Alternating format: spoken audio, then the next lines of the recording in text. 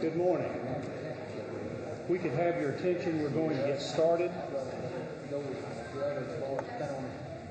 We welcome you to this first meeting of the Georgia Joint Comprehensive State Trauma Services Study Committee. We're very glad that you're here. We're going to begin this morning by introducing the members of this committee who are here, or some are still on the way. And to begin that process, I'm going to recognize my co-chair, Representative Larry O'Neill. Thank you, Chairman Staten. Good morning, everybody. A lot of bright faces for this early in the morning. Appreciate everyone being here and showing such great interest in this very important undertaking that we're having the beginning of today, which is exciting to me, certainly. I'm real excited about the House members that are on this committee with me as well, and I want to introduce them to everybody because they certainly were handpicked and are known to have a tremendous amount of knowledge already on the subject matter that we're going to be studying, so that's going to be a great advantage to all of us. To my far left over here is Mickey Chanel. Mickey's from Greensboro area and has been sort of my go-to guy on health care ever since I've been in the legislature. I don't know of anybody that serves with us that knows more about it than Mickey. Mickey, we're delighted you're with us and on our team. We thank you. To my immediate left is Austin Scott. We're down from the Tifton area, middle Georgia, and is from a family with a physician in it, at least one I know of, namely his father, so I know he knows of what he speaks as well. Way on the far right, another doctor of a sort, Dr. Gene Maddox down there, who's a veterinary doctor, retired and serving with us with great knowledge of our subject matter. And then somewhere close, I saw him earlier, is Johnny Floyd. Johnny, where are you? There you go. Also from the Cordele area, and we're looking forward to working with Johnny. So those are the House members that are here so far on the committee, and we look forward to a great meeting. Thank you, Representative O'Neill. On the Senate side, I'm pleased to introduce those who will be participating on our committee. To my right is Senator David Edelman, who represents the 42nd District from Decatur, I believe. Is that correct, David? And I know is very passionate about health care issues, and particularly an advocate here in the metro area and for Grady, and we appreciate his service on this committee. We also have, I think, who is on the left, the far left, Senator Renee Kuntzerman, who, again, is someone that I have admired in my tenure in the Senate because of her passion for health care issues. She chairs the Subcommittee of Appropriations on Human Development, and we welcome her. She represents the 45th District from Beaufort, Georgia. Also on his way, we understand this morning, is Senator Eric Johnson from the 1st District, the President Pro Tem of the Senate. Some of you will recall that the reason we are here is Senate Resolution 785, which Senator Johnson presented to the Senate. I was pleased to be a co-sponsor of that resolution along with Senator Williams and others. And I'd like to just read a portion of that because I think it gives us a great starting point for what we're doing here. The resolution, Senate Resolution 785, creating a Joint Comprehensive State Trauma Services Study Committee and for other purposes, whereas on December 24, 2005, 19-year-old Jennifer Ross was shot by one of two assailants in an apparent robbery attempt, was left bleeding on the streets of Savannah, and died approximately 1 week later due to complications from the gunshot wounds she received. And whereas the Level 1 Trauma Center at Memorial University Medical Center granted Jennifer's family 7 golden days with her before she passed away on New Year's Day 2006. And whereas trauma emergencies occur throughout this state each day, and the tragic death of Ms. Ross is one example of the need to maintain and expand Georgia's trauma services. And whereas Georgia's trauma services and location of trauma centers, including the delivery of such services in all areas of the state, are greatly important to the safety and security of the citizens of this state, having never received extensive study, merit such specialized consideration at this time. Therefore, this committee is created. And certainly, as Senator Johnson remembered, this young lady, we probably all have stories from our own life, experiences that we could talk about here on this committee, which point to each and every one of us the importance of what this is about. So we welcome all of the members. One other I failed to mention, Senator Greg Goggins, who cannot be here today. He represents the 7th District, is a orthodontist in Douglas, Georgia, and he's actually seeing patients today and is unable to be with us. But he chairs the Community Health Subcommittee of Appropriations in the Senate, and we'll look forward to his participation in the coming meetings. Okay. At this time, I'm going to share just a very brief PowerPoint presentation with the committee and those who are present here this morning. So I'm going to slide down to the left.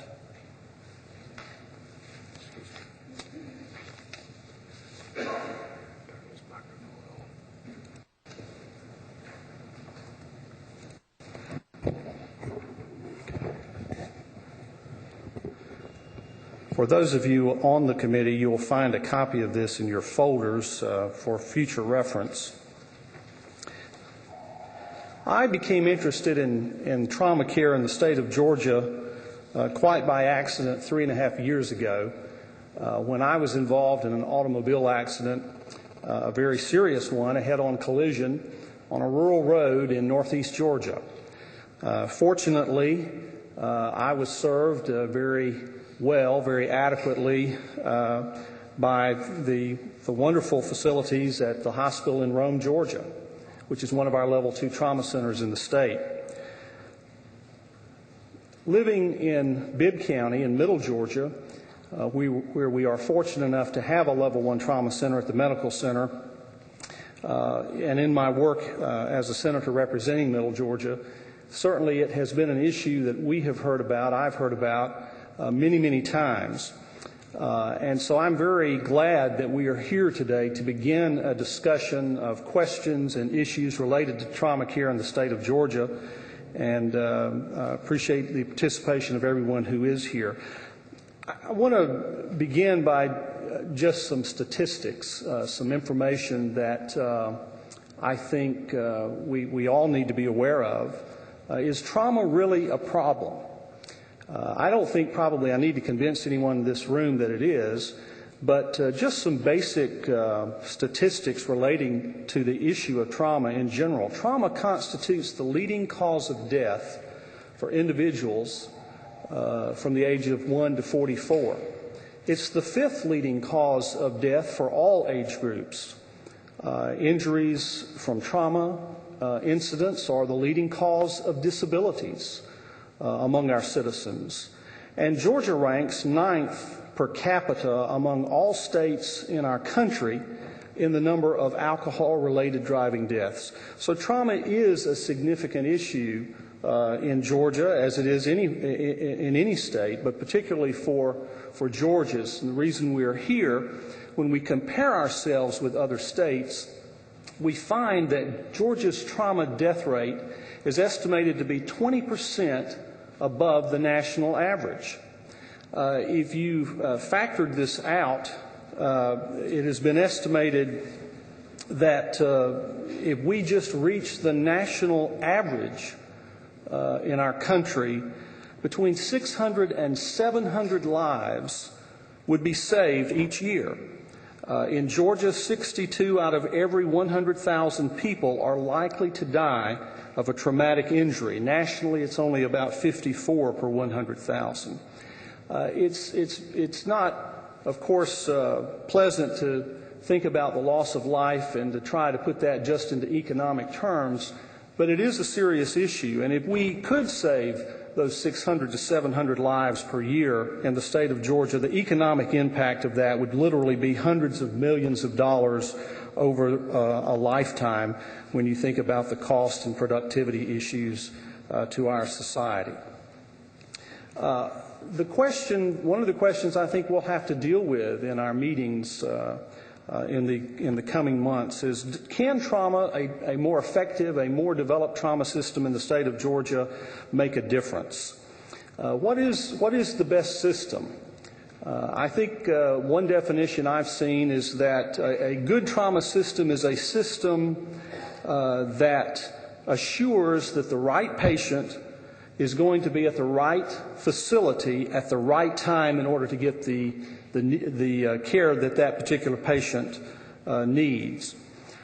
Studies have demonstrated that when a statewide trauma network is in place, it does make a huge difference, having a carefully designed infrastructure. It improves survivability rates. There are fewer disabilities in severely injured patients. Some surveys have suggested that where a carefully designed trauma system and infrastructure is in place, a 9% reduction in deaths after motor vehicle collisions can be attained, 18% reduction in deaths for all injuries if patients are taken to a designated trauma center. That's from a study in Florida last year. Currently in the state of Georgia, we have 15 designated trauma centers. Only 15 of 152 acute care hospitals in Georgia are designated as trauma centers. We do have a functioning state office of emergency management services trauma, but there's no central command center in the state to coordinate the movement of patients around our state and to our facilities. What has been done so far? Well, I just mentioned a couple of things in this presentation. We have on occasion received grants. We have allocated some money or appropriated some money in some years to do some studies, to begin a process. But our funding for this thus far has been inadequate or insufficient in terms of actually putting into place that careful infrastructure that I mentioned just a few moments ago, and the resources to bring other hospitals into our system. I mentioned earlier a hospital in Rome where I had an experience, a level 2 hospital, the medical center in Macon, which is a level 1. We do have a system of designating these hospitals, the 15 that are currently in our trauma system, as level 1, 2, 3, 4, and then we have a couple of pediatric specialty hospitals, which are also, I believe, level 2s. But here's a definition. I'm not going to read all of that, but a brief definition of what each of those levels entails as they are designated around the state. If you look at a map of Georgia, I think this is a very telling thing. This shows you where the hospitals are actually located. The level 1s, 2s, 3s, 4s, and the pediatric hospitals as well. As you can tell, there's a huge portion of our state, many counties in our state, where you would have to travel a considerable distance to get to a trauma center within our state. And I think that map speaks volumes to why we're here and to the issues that we're going to be considering as this committee meets in the coming weeks and months. Do Georgia trauma centers make a difference? Well, here is a map of Georgia which shows death rates, low, middle, and highest in terms of the counties. And I think there is some correlation if you would go back to where those hospitals are and maybe take a look at this map as well. And I would encourage the committee members to do that on their own at a later time. But I think you'll see that there is some correlation that where we do have those trauma centers, our death rates are generally much lower within the state of Georgia.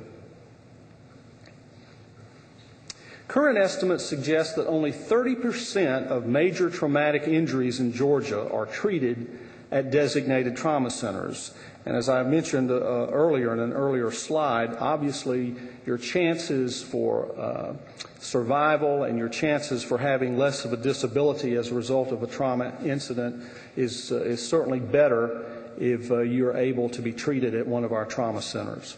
But only 30% apparently are. Here's another slide that I wanted you to see. Most of Georgia is not covered by air ambulances. You can see that only really around metro areas, Savannah, Augusta, around Atlanta and Chattanooga is that the case. So there's much of Georgia without air ambulance in order to assist in getting patients to the proper treatment center. Now, the big question I think this committee is going to have to deal with ultimately, and maybe it is the most important question, is if we're going to improve our trauma system in the state of Georgia, if that's a commitment we have, how are we going to fund it?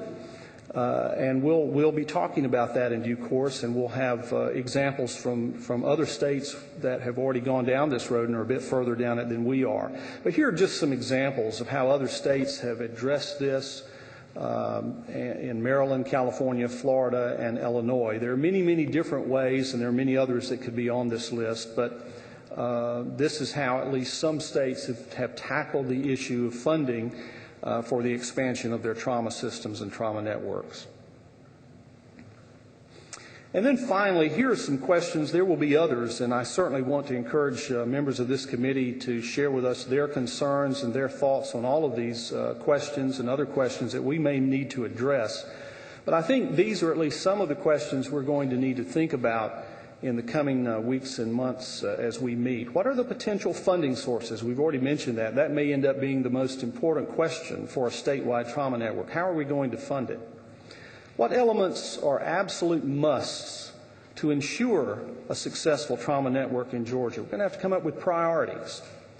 What elements are currently in place in our state that are contributing to a successful evolution to a statewide trauma network? We have some good things that are already taking place in the state, and we want to know about those and see how we can build upon them. A very important question, if we're going to do this, is what's the bottom line budget that's required to fund our priorities, the priorities that we come up with? And then number 5, and I think this is important as well, what are the accountability mechanisms that should be enacted to ensure the appropriate use of any funds that may be made available to expand and create a successful trauma network in our state?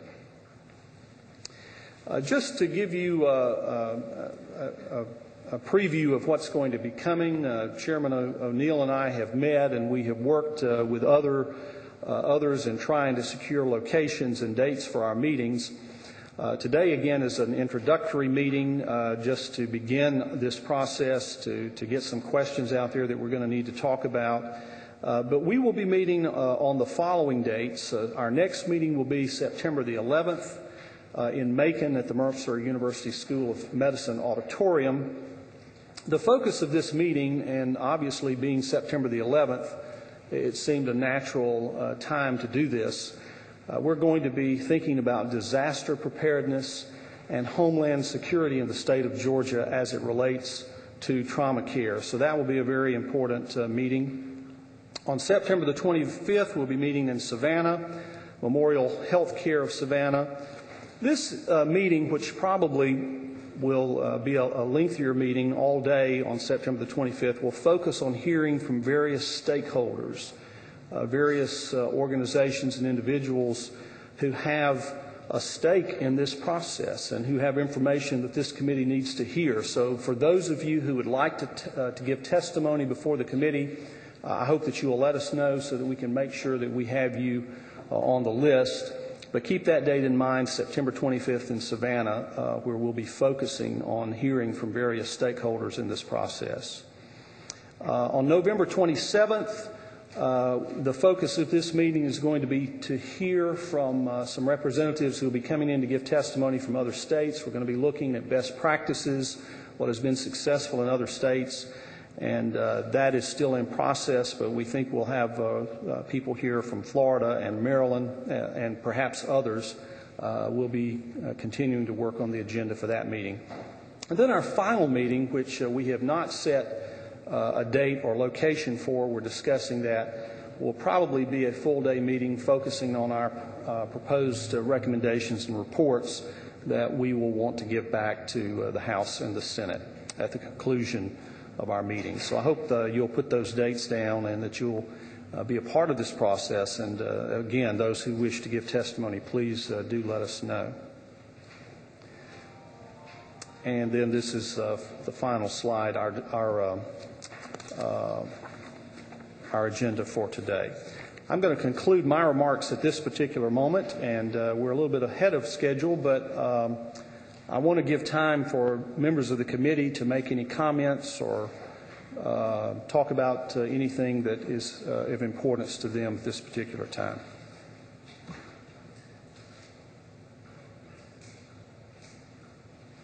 Mr. Chairman, thank you for that enlightening presentation. I really think we ought to leave that map of Georgia up there all day long, frankly. It shows where the trauma centers are, but more importantly, where they're not, and how far. Many areas of this great state that we live in, especially in our interstate system. Just look at that. It's a scary thing. I'm amazed at the lack of awareness that is in the general public about the fact that a statewide trauma care network is a problem in this state, given the vast geography of Georgia. I've spoken to a lot of people over time, just sort of picking their brain and see what they thought about the situation. And a lot of them think, well, the helicopter will come get you, so you're real close to everything. But there's weather that helicopters can't fly in. A lot of times that weather is what is the cause of what precipitates the cause of the trauma many times. So the answer is not simplistic at all. It's going to take a comprehensive network where there's people today that are going to help frame for us what I'm going to call a problem, and it is a problem. But before we get to that, if I could, on the House member side of this, I'd like to hear from each of our members as far as what your goals are for the meeting and everything. I'll start out with Representative Scott. Thank you, Chairman O'Neill, and I'm glad to be here and look forward to helping resolve this problem. My father is an orthopedic surgeon, trained at Tulane, and as you can imagine, if you train at Tulane, you get a lot of trauma, not necessarily caused by cars, but high-speed interceptions with bullets and knives and other things as well. One of the things in being from rural Georgia that sticks in my mind is several years ago I mentioned that some of us wanted to have a hospital located in the southern area of the state to help with trauma care. I remember quite well a hospital administrator at that time suggested that we would be better served to purchase 10 of the more advanced care ambulances and place them strategically throughout the rural regions of the state and give better training to the EMTs that man those ambulances, because if we lost the helicopter, all of that money would be gone, when if we lost one of the ambulances, we would still have 9 in place. And unfortunately for us in our area of the state, the helicopter did crash. The pilot was killed, and it was a tragedy that helicopter has not been replaced and probably will not be replaced. So as we look at the rural areas of the state, I think that one of the things that I would ask is that we keep in mind that the transport from the incident to the facility is extremely important, as well as the quality of the facility that we get the person to. And I hope that we'll look at placing the more advanced care ambulances and more advanced care EMTs throughout the rural areas of the state. Thank you.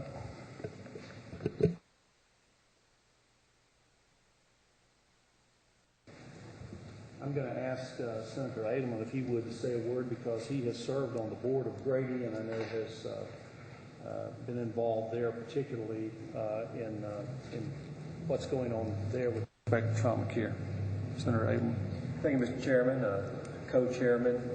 I'll first take the opportunity to thank you and the leadership in the State Senate for allowing me to serve on this committee. I'm looking forward to the schedule of meetings you've laid out.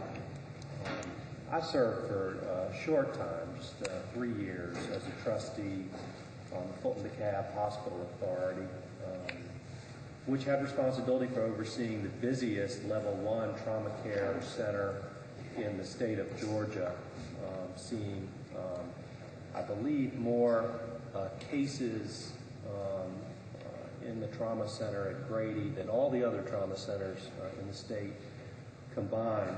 But there's a statistic that has been with us through all of our lives. It's not a new problem in Georgia, and that is Georgians are more likely to die from injuries resulting from automobile and vehicle crashes, trauma from gunshot wounds, falls from roofs, ladders, and industrial accidents than are people who reside in our neighboring states. And to me, this committee is about trying to address exactly that issue. I think we'll hear from the experts that the reason Georgians are more likely to die from trauma is because of our lack of a thorough trauma care network. It's not a rural problem necessarily. It's a problem that faces all of Georgians, and I look forward to hearing from the experts. Thank you, Mr. Chairman. I think I'd like to ask Representative Mickey Schnell, too, for maybe some of what your goals might be in this meeting process. Thank you, Mr. Chairman. I think a couple of three things. One is to raise the awareness of the general public to the degree of the problem that we have. I think Chairman O'Neill hit the nail on the head when he said that, you know, I don't think most people realize what this map shows. And we have a real problem. The state of Georgia, of course, thankfully is growing very fast, and the number of trauma centers is going in the opposite direction. That map, as it is today, did have more trauma centers on it, and it's my view that if we don't figure out something to do, there's going to be even fewer trauma centers on that map. From my perspective, Mr. Chairman and members of the committee, I think it's going to be fairly easy to make the case that we need to do something. I mean, I think the facts jump right out at you, and certainly we have got to do something. As you were going through the PowerPoint presentation, I highlighted to me what the real issue is here and what our real situation that we got to deal with, and that is what are the potential funding sources for a statewide trauma network. As oftentimes is the case up here, it comes down to money, and we got to figure out how we're going to fund it, Mr. Chairman and members of the committee. To me, that is the central thing that we need to deal with. I noticed that President Pro Tem Johnson has joined us, and mentioned, I think before you came in, Senator Johnson, that this was at your as a result of your resolution. We read a portion of the resolution honoring the young lady. Would you like to say something as we begin this process? Thank you, Chairman. I'm sorry, a little late. You know, they've tightened up security at the airports. And I'm proud to be here today, and I appreciate the hard work that the two co-chairmen have put in. And as I discussed with each of the members as we were appointing them, that this is an incredibly important task, not just to design an accessible, workable trauma network across this state, but also to figure out what the state's role is in funding it, and hopefully determine a dedicated funding stream, and that will not make this an easy task. It's, you know, we can put an ER in every county in the state if we can pay for it, which we can't do that. So I'll continue to be searching for the numbers on as this moves forward, and trust the experts know how to put together a system, but asking the tough questions on cost and what's the balance between what the local hospitals can afford and the providers and what the state's role is.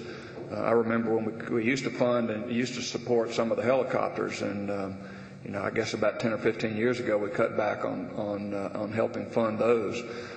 So there are a lot of different levels that the state can participate in, and I hope as we move forward with this, we'll keep in mind that we are acknowledging that the state has a role, and the taxpayers have a role, and at the end of the game that we have to be able to pay for our share of this, and preferably, I believe, with a dedicated funding source, so that you don't crank up a level 1 trauma center and then a year later you go, whoops, we don't have the funds, or the next General Assembly or legislature comes along and has a different idea. So I want to continue. Part of my role to participate in this is to make sure that when we're said and done, that there is a permanent, dedicated source of funding that provides a trauma network across this state that's accessible to every Georgian.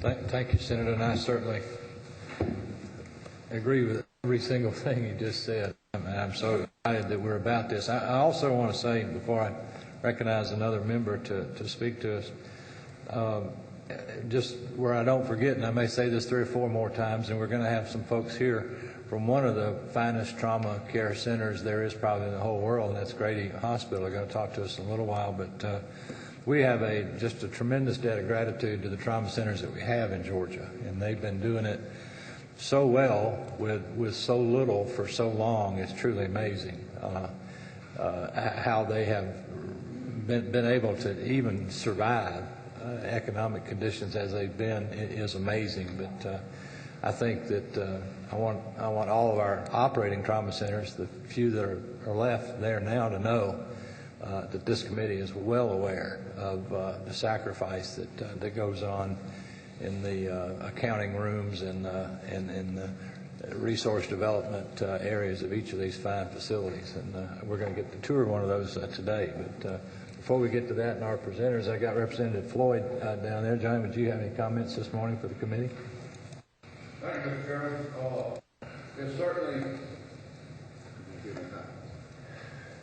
It's certainly important to rural Georgia, that I represent a large part of, being able to get people to and from this trauma centers. We have a long stretch of interstate highway up and down through my district in South Georgia, and there's hardly a week goes by, a day goes by, that we have some instance in which time is of the essence to get people to trauma centers, so that our local hospitals, many of our small hospitals in rural Georgia, just can't handle this type of treatment, and they might get them stabilized and then get them on into a facility.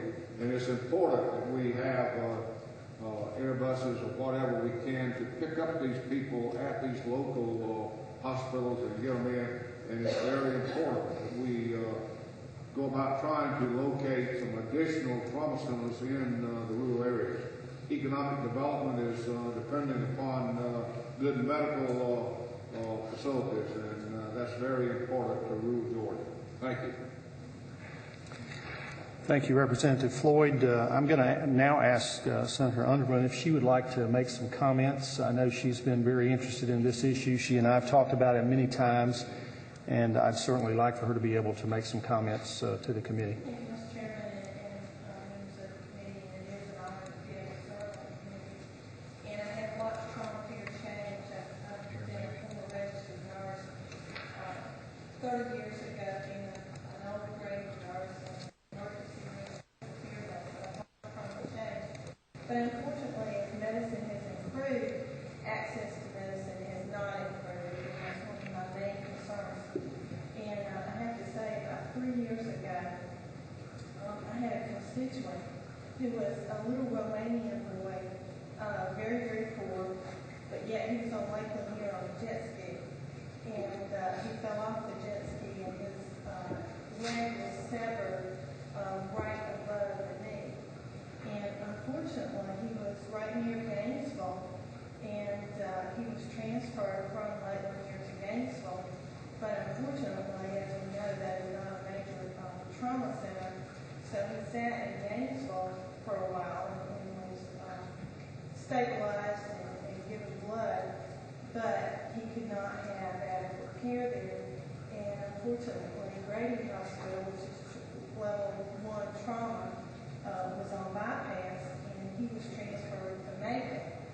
So he lived in Gwinnett County, and he received his services in Macon.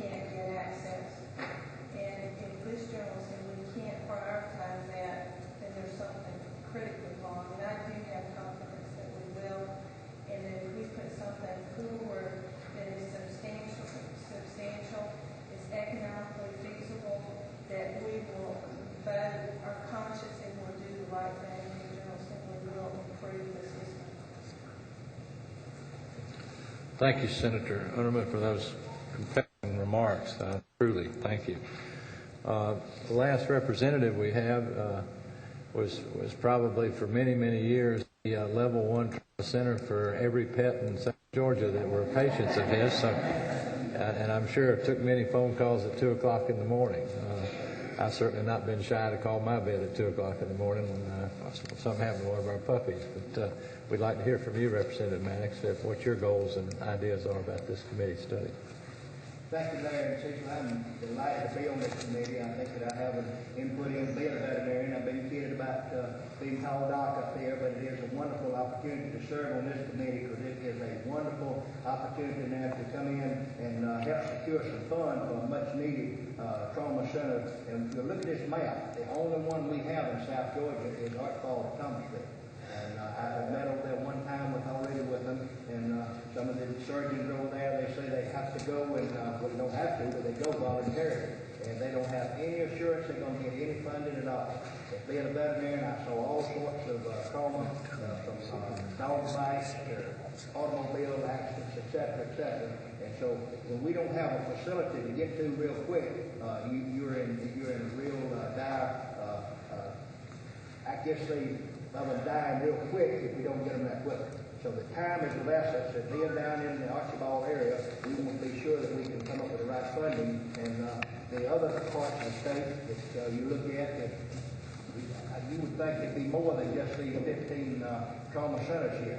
But our whole goal on this is to come up with the necessity funding and help to find out where we can keep these ones that we've got. If we lose Archibald, we're in a terrible, terrible situation in Great County. Thank you very much, Representative Maddox. We appreciate your comments.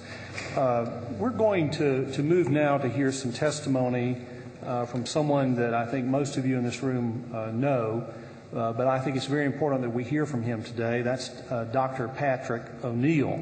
Dr. O'Neill is currently the EMS Medical Director for the Georgia Office of EMS Trauma. Since 2000, he has been influential in many facets of EMS, emergency preparedness, and bioterrorism for the Department of Human Resources Division of Public Health. Dr. O'Neill earned his medical degree from Tulane University School of Medicine in 1968 and finished his formal education as a flight surgeon while serving in the United States Air Force in Vietnam in 1971. Dr. O'Neill retired from DeKalb Medical Center after 29 years of service. He was the medical director for the emergency department and the vice chairman for the trauma committee at that facility. He served as medical director for DeKalb EMS for 16 years and medical director for EMS Region 3 for 7 years. I could go on, but obviously we have someone here who is eminently qualified and is currently serving our state with respect to trauma care. And so, Dr. O'Neill, we welcome you to speak and share your testimony before this committee.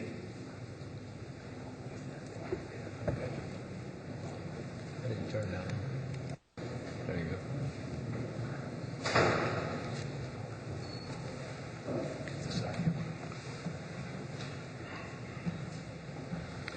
Thank you very much, Senator Staten. I just had some very good advice as I was coming up to the podium from Ken Beverly. He said, "Now, Doc, don't mess it up now." No pressure. And actually, I'm really feeling great about the responsiveness that I've heard so far in the members of this particular committee. It's outstanding, I think, that we have elected officials that are so aware of an issue that is so terribly important to us here in Georgia. And I feel like for the first time that we are very close to getting the support that we need to see our system move forward. I will start, I think, by telling you that my real awareness of the need for a trauma system goes back, and it was kind of an emotional issue. And in a way, I hesitate to mention it because I think that we don't want to get caught on some of the emotional pieces. We really need to focus on factual issues that we can address in that way. But there may be some value in your understanding the emotional link that has made me decide that this is something that I really want to see come about for Georgia, and I want to fight for it. I retired, as was mentioned, actually in 2002, and I'd had a very good practice life in Georgia, and it suddenly occurred to me that it was time to begin to pay back to the state of Georgia for having treated me so well for the years that I was in practice, 2 years in Bibb County and 29 years in DeKalb County. And the payback that I want to give the state is to work to see what I think all citizens deserve, and that's a trauma system for our state. I made that decision actually without realizing it in 1981, 25 years ago. I was working in the emergency department that night. Can't remember if my colleague Bill Hardcastle was on duty that night or not, but he very well could have been. He seemed to work all the holidays as I did back then. Around 7:30 on Christmas Eve, I got a patient brought in by DeKalb EMS, a 2-year-old. And the sad story was that the family of this 2-year-old were preparing for the holiday coming up the next day, and the mother suddenly realized that one very important gift, a small gift, but an important gift, had been overlooked. And she made the decision to tell her husband, we've got to run out and get that. Would you run down to so-and-so shop and pick up such and such? Well, this was actually a fairly warm Christmas Eve. And unbeknownst to Dad, the little tyke was playing outside behind the car. And Dad rolled over him. It was really horrible. We worked on that child for 3 hours. And finally, it was no use. The surgeon was scrubbed on a case. Wasn't able to come to the ER. And after 3 hours, I pronounced the child. I had to go tell the parents. That mother beat me on the chest and said, no, Doc, don't stop, don't stop. God wouldn't take my baby on Christmas Eve. But the baby was gone. Now, I don't know that a trauma system would have made any difference. It may be that we would have lost that child anyway. But I think we would have had a chance if we'd had a system. So, 25 years later, we're still trying, and I think we're closer. At my facility, where I practiced for so many years in the emergency department, I got kind of cocky and I thought, gosh, we really do a great job here. And in 1990, when our hospital debated about becoming a trauma center, I was on the executive committee of the medical staff and I voted for it. And I voted to become a trauma center really because I thought it was good PR for the hospital. I thought that we were doing such a jam-up good job taking care of injured patients that it wouldn't really make any difference to the quality of care by becoming a trauma center. But it would be good for PR, good for the hospital. Sadly, that's the only reason I voted for it. When we became a trauma center, though, and we began to abide by the standards that the American College of Surgeons has set for trauma centers, I saw changes that I wasn't expecting. I watched over a 3-year period a significant change in the traumatic death rate. 3 years after we became a trauma center, 18 patients each year would be alive that wouldn't have been alive prior to becoming a trauma center. The quality of what we were doing did change. Now, we were the same people, the same practitioners, the same EMS service that we had always been. We weren't a lot more highly trained than we'd been beforehand. Sure, we had fine-tuned some things with training, but the thing that made the difference was that we were part of a system where we watched the clock minute by minute, particularly for the golden hour. so that we could see that patients who needed surgical care were able to get it in a timely manner. It made the difference in life and death. There are fine hospitals that are not trauma centers that have superb physicians, nurses, pharmacists, lab techs, x-ray techs, you name it, across the board. This isn't to demean their abilities and to say that the people in a trauma center are so superior. That's not it at all. It's the system that makes the difference. And that's what we are trying to achieve. That's what the map of Georgia needs to show, is that we do have a system such that there's access all across the state, no matter where you are. And right now, as you saw on that map, there are sections where you're miles and miles and miles from a trauma center. You may be fairly close to a good hospital, but the system isn't there. Believe it or not, we still have 5 counties in Georgia that don't have a 911, enhanced 911 system, even with One Georgia money being made available to fund that. We also have areas of the state where we don't have adequate numbers of pre-hospital personnel. My colleague Courtney Terwilliger can tell you a lot about the issues related to EMS in Georgia. And part of the system is that we recognize that it's not just the trauma center that's important to this system, but it's every piece of that network. It's pre-hospital, it's injury prevention, it's acute care, it's rehab care, and return to society. It's a spectrum. And if we are going to have a sustainable, functional system that makes a difference, every piece of the system has to be a part of this effort. Now, we designated the first trauma center in Georgia actually in the year that I had my horrific experience with that 2-year-old child, 1981. And the first trauma center was the one that Senator Staten was treated at. It was in Floyd County. Interestingly enough, it was about 2.5 years ago that Dr. Vernon Henderson and I drove up to Floyd County one night to plead with the medical staff, literally beg the medical staff to stay in the system because they were on the verge of pulling out. That's how fragile the system that we have is.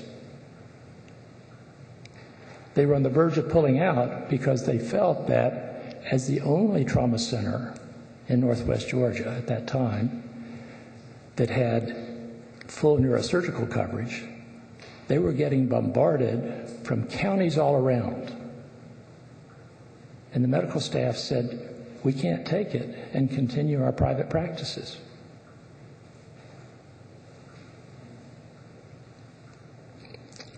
We begged, we pleaded, they heard us, they're still in the system.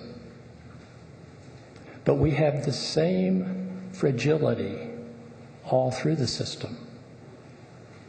We've identified several issues as primary roadblocks to ongoing system development or even maintenance of the existing system that we do have. The number one issue, as you might have guessed from the presentation earlier, is funding.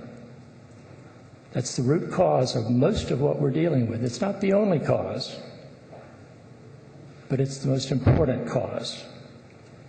And it's a cause that I think if we can reverse it, we can salvage the system. Right now, on the funding side in Georgia, we estimate that there is about $250 million a year, billion with a B, of uncompensated trauma care occurring in this state. About 170 million of it is done by the hospital community. The rest is done by the physician community and the EMS community. Now, I don't think that hospitals or physicians or EMS have any idea that it's the state's responsibility to fund all the uncompensated care. I think anyone that's in health care realizes that there are aspects of that care that you're always going to have to write off, that you're going to have to give away. That's the nature of our business. And most of us who went into health care went into it with that understanding, and we're prepared to do that. But you can only do so much of that before your back is broken. And I think if we are able to offset this uncompensated care piece, even by as much as a third, I think the willingness and the ability of the hospital community, the medical community, the EMS community is such that they can continue to bear a significant burden of this. In addition to the unfunded care piece that's a major problem for ongoing system development, one of the other issues that we have found, and it was addressed by my brother earlier, is the fact that most Georgians don't realize that we don't have an adequate system. They think you call 911 any place in the state, and you've got an ambulance of some type that's there right away.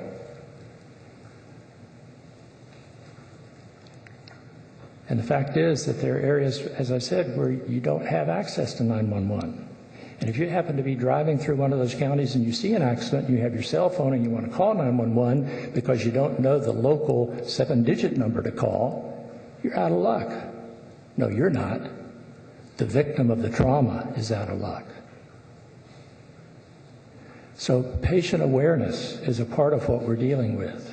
And in our office, the Office of EMS and Trauma, trying to educate the public of what we do have and what we don't have and what we need is a major part of our efforts.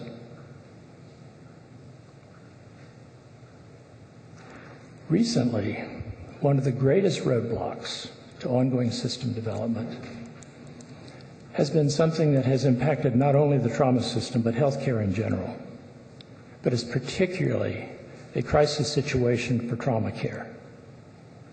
And that's specialty coverage of emergency departments and trauma centers. We have major areas of the state where if you happen to have a head injury, you might actually have to go to an adjacent state for care. I know of one situation where a head injury occurred in central Georgia. Everybody was on diversion because of lack of neurosurgical coverage or engagement with the neurosurgeon in other cases. The closest facility was Birmingham. This was back in the winter months, icy roads. Helicopters couldn't fly. It was a 4-hour trip by land on icy roads. The patient did not have a good outcome.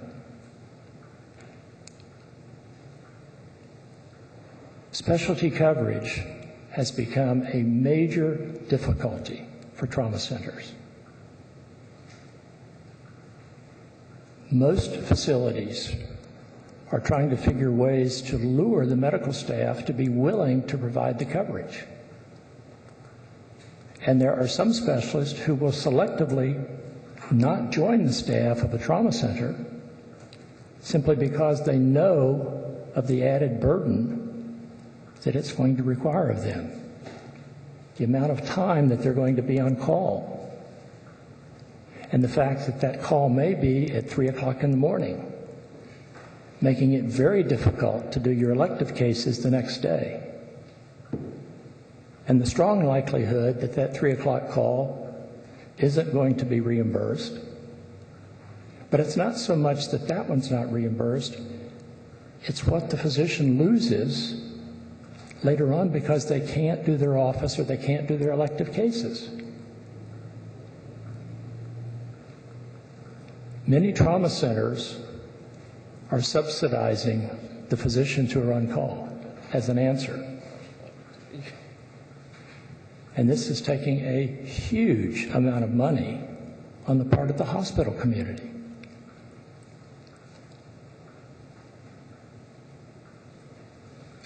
Another major roadblock for us right now, and it's not just the trauma centers, is diversion. You heard Senator Kuntzerman talk about the case that overflew Grady and went to Macon. Diversion is occurring every single day in Georgia, and it's a major problem for EMS services.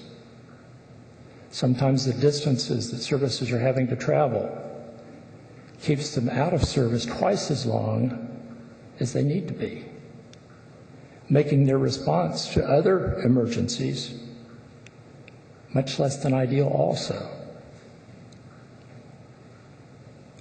We have tremendous issues that need to be fixed in terms of general access to emergency care because of diversion. Funding may not fix all of this, but it's a start. In 25 years, I've seen a sine wave of interest followed by lagging interest in trauma system development. My feeling right now is that we are at a point of greater awareness of the need to do something sustainable, meaningful, and for the long haul than we've ever been in 25 years. I hope that your colleagues in the legislature will also see it that way. Never has it been any more important than it is right now, and I think you'll hear more about this in Macon. And that's related to Homeland Security. What is more important to Homeland Security than the infrastructure of a trauma system? Every single terrorist attack that has impacted the United States, with the exception of anthrax, a salmonella outbreak in Oregon, and a few ricin events, has involved conventional trauma. Billions of federal dollars are going to support Homeland Security, with very little of that going toward trauma systems. In fact, the last HRSA grant for trauma system development was shut down this year at the federal level.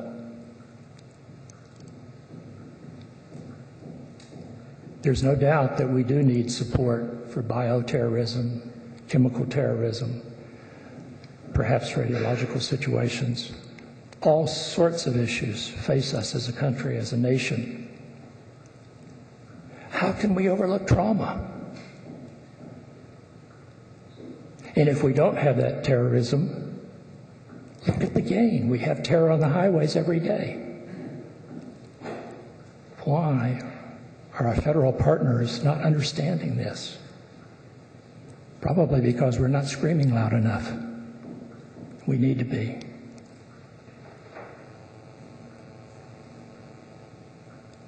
I think we're going to see some changes in Washington related to supportive trauma systems. And we need to be part of the stimulation to initiate that. And I think we have a lot of opportunities to do that. Right now, one other statistic that you need to be aware of that should push us even harder. Senator Staten did a great overview of why we need a trauma system in Georgia, and the statistics tell the story. But I heard one last week that's even more telling. Georgia is now the 4th worst state in the country for highway deaths. 4th worst in the nation. That's inexcusable. And we, all of us in this room, with an interest in trauma system development, can change that statistic significantly. My thanks again to the committee. We appreciate your willingness to serve. We appreciate your interest in supporting Georgians. Thank you. Thank you, Dr. O'Neill. I wonder if you would be willing to take some questions from committee members. Any questions? I was telling Chairman O'Neill I felt like I was at dinner with my father as I listened to you speak, and I mean that as a compliment. And as an orthopod in Tifton, Georgia, there are 3 members of his practice, and you're exactly right about what the surgeons face if they're in at 3 o'clock, 4 o'clock, operating on that trauma victim in the morning. Then how do they run their office the next day, or how do they do their elective surgeries the next day? And one of the things that we face in the rural areas of the state is how do we attract the specialists? How do we, I don't think we'll get a neurologist in Tifton, Georgia. If you only have one, how does that person have a practice? I mean, they would be on call 7/24. So how do we reach the balance between access and quality in the rural areas of the state? I think the important thing to realize is that when you have a system for trauma care, the expectation is not that you provide the full complement of every specialty in every location of the state. What you're trying to achieve is an identification of the areas that have the specialty that's needed, and then design a system such that you can get patients to those areas within a reasonable period of time. It would be economically impossible to try to staff all the hospitals in Georgia to function as trauma centers. But what we need is to identify what we have where, have a network so that we know that we can get patients to the area where they can get the care that they need. There needs to be an identification. The moment that EMS sees that patient, they need to be able to identify patients that meet trauma criteria and determine what level of criteria is needed so that that decision can be made right at the earliest point possible. And then agreements need to be between the various centers such that if you get a patient into a center that doesn't have an essential service, that it's easy to make the move to a center that does have that service. Right now, we're hamstrung with certain federal laws known as COBRA or EMTALA that make it extremely difficult to transfer patients between facilities. Pre-existing agreements between trauma centers and even non-trauma center hospitals can make it infinitely easier to effect those transfers in a rapid fashion so that patients can get care in a timely manner. So the answer to the question, I think, is I don't know how we can attract all the specialties to all the areas where we would like to have them, but with a trauma system, we will have the ability to identify where specialties are located, and we will have the ability to rapidly move patients between facilities so that they can get the care they need. Senator Johnson. Dr. O'Neill, if I remember a conversation we had earlier in this year, you told me that there is already a protocol, or there is the basis of a protocol in place for these first responders that would be able then to determine what level of care is needed. At that point, they could then determine where to send the patient. Is that correct? Right. There are guidelines that have actually been created by the American College of Surgeons based on the anatomic injury that's involved, the physiologic condition of the patient, as well as the mechanism that has produced the injury, that give you a good idea of what you're dealing with. And that tips the medics off early on to whether or not they need a trauma center for the patient. The problem is that we have so many parts of the state where there's not a trauma center within a reasonable distance that the medics very often, if they know that a patient meets criteria, they don't really have the option of going to a trauma center. And we're certainly not saying that every trauma needs to go to a trauma center. There are all gradations of trauma. And we're talking really here about the serious major trauma. Those are the cases that we want to give the best options in the event that they have to go into the OR right away, or that they need critical care that they can't receive except in a specialized center. Representative Schmidt. Thank you, Mr. Chairman. Your indulgence, Mr. Chairman, I have a couple of questions. The first one, Dr. O'Neill, you indicated that about $250 million of uncompensated trauma care is provided in the state. And my notes indicate you said if about a third of that was offset, then the trauma system could go forward. If my math is correct, that's somewhere around $80 million. Is that in your view what we do? My view is that if we had somewhere between $70 and $80 million annually at the outset of the system, I think that we could devise a sustainable system that could be enhanced. The system that we have right now has to be enhanced. We don't have enough trauma centers.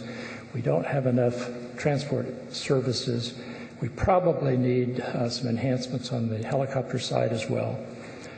But on the EMS side, there's a major need for certain enhancements.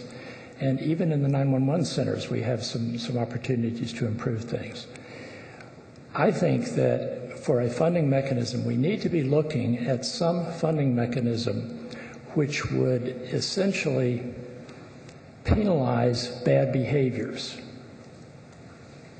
And as the behavior changes, the money that would come into the system would be less because you would have less trauma to take care of. I think if we can look at ways to find people for bad behaviors that are causing traumatic injury, that's the best way to go. Because we don't want to keep trauma at the level that it is. We want to reduce it. And I can tell you right now, if I'm speeding and I suddenly have to pay a $1,000 fine for my stupidity, I'm a slow learner, but I think I learned pretty quick not to do that again. And we know that a tremendous number of the road crashes are from speeding. We know the issues with impaired driving, too. Those are behaviors that could be changed. And it's not just the financial penalty. There are a lot of other things that go into that. Part of it is an educational effort. But education without some stick hasn't worked. And I think one of the best sticks is a fine that would support the system.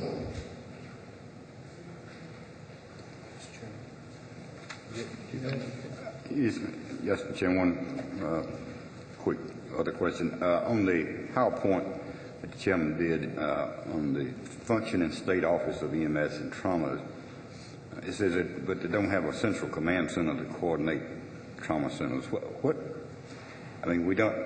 What does that mean? I mean, are we not? We don't have. Essentially, another way to say that is that we do not have any centralized medical control within Georgia. With the trauma centers, what we would envision as a more optimal setup would be realizing that we're never going to have all the specialties that we need in every part of the state, and we're going to have to be able to move patients from one part of the state to another to get the care that they need.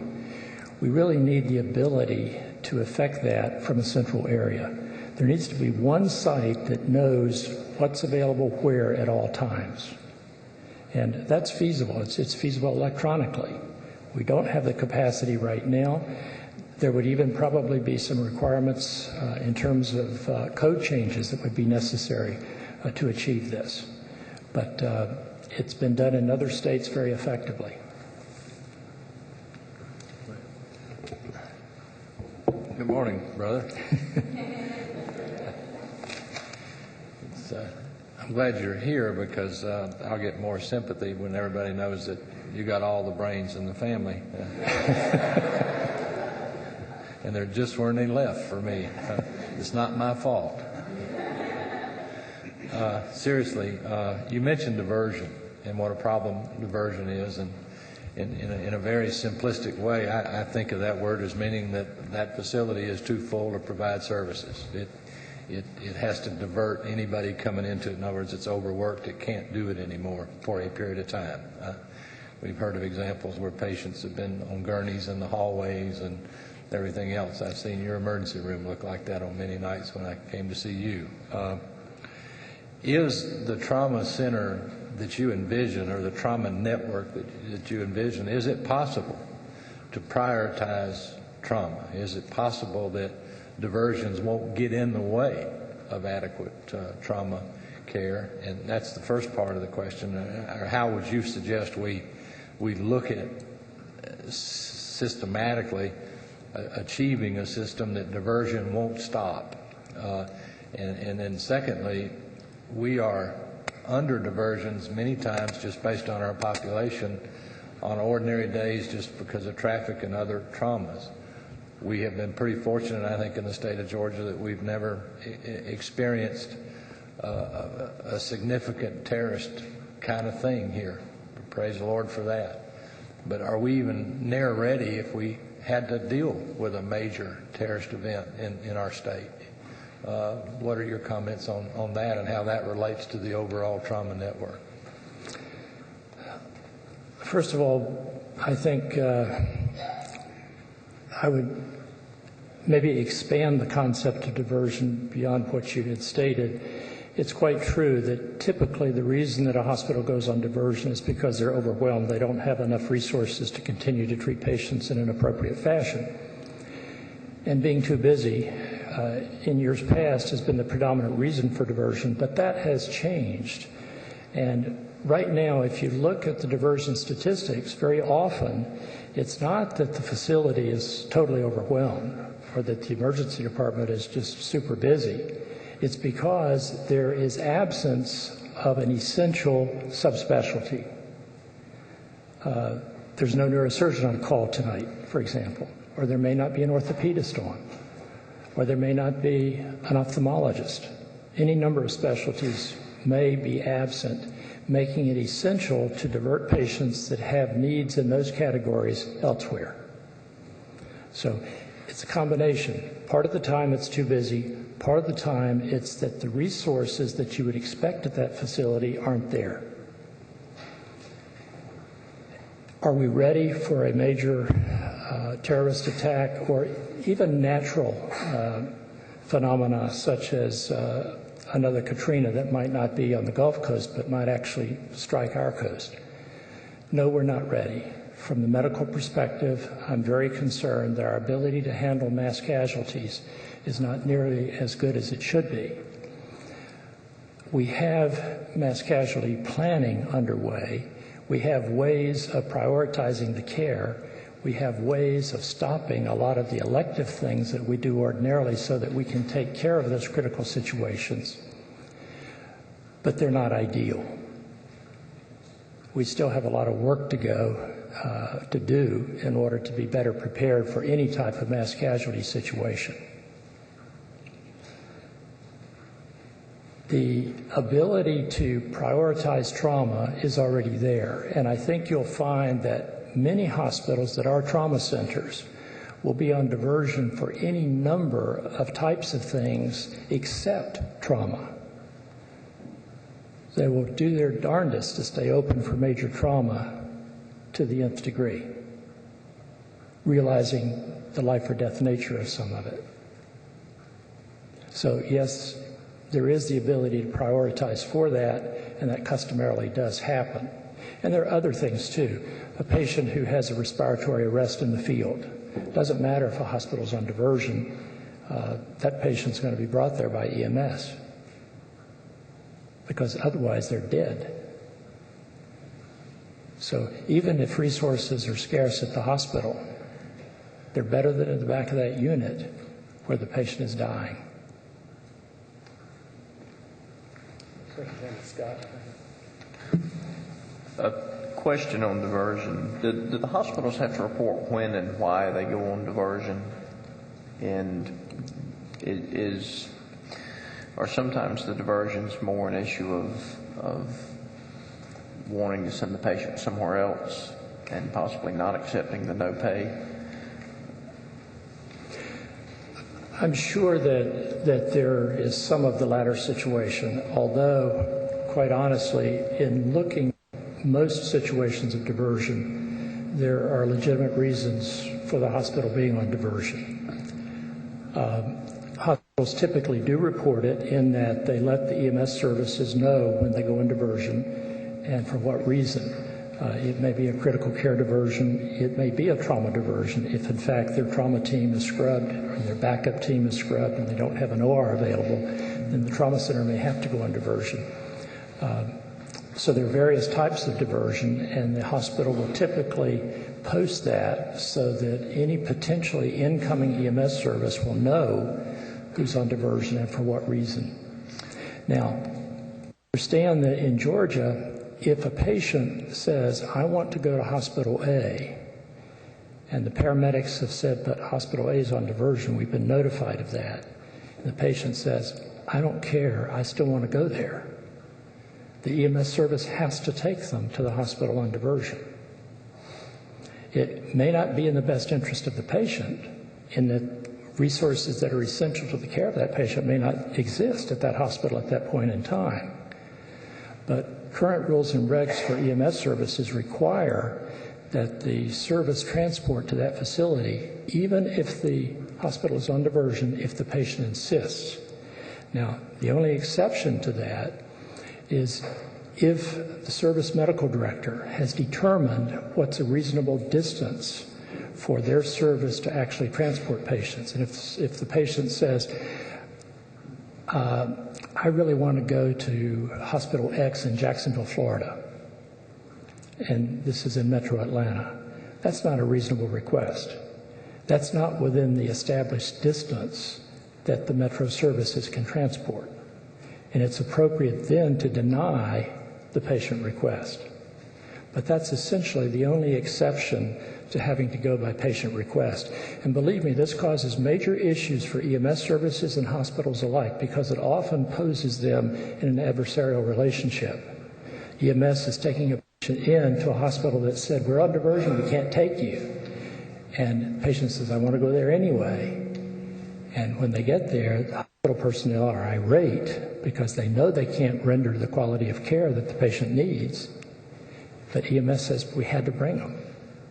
I guess my question was somewhat along the lines of, do they have to report the diversions to the state? Do we keep up with how often our major hospitals are going on diversion? And I know that I hear increasingly from the physicians who I'm around, and I'm around a lot of physicians, that many of the facilities will not accept referrals. They want to know if people have insurance before they accept the referral. And my question is, are people going on diversion simply to keep from getting what may be a non-paying patient? Yes, I think that does happen, probably with selected facilities more than others. There are issues, though, that make it very difficult for a patient, for a trauma center to refuse to accept a patient, however, in a diversion situation. And it comes under the federal regulations related to EMTALA. It's what's called a reverse EMTALA violation. If a trauma center refuses to accept a case when they actually had the capacity to treat that patient, then that's essentially a violation of EMTALA on the reverse side and can be found against the institution with significant penalties.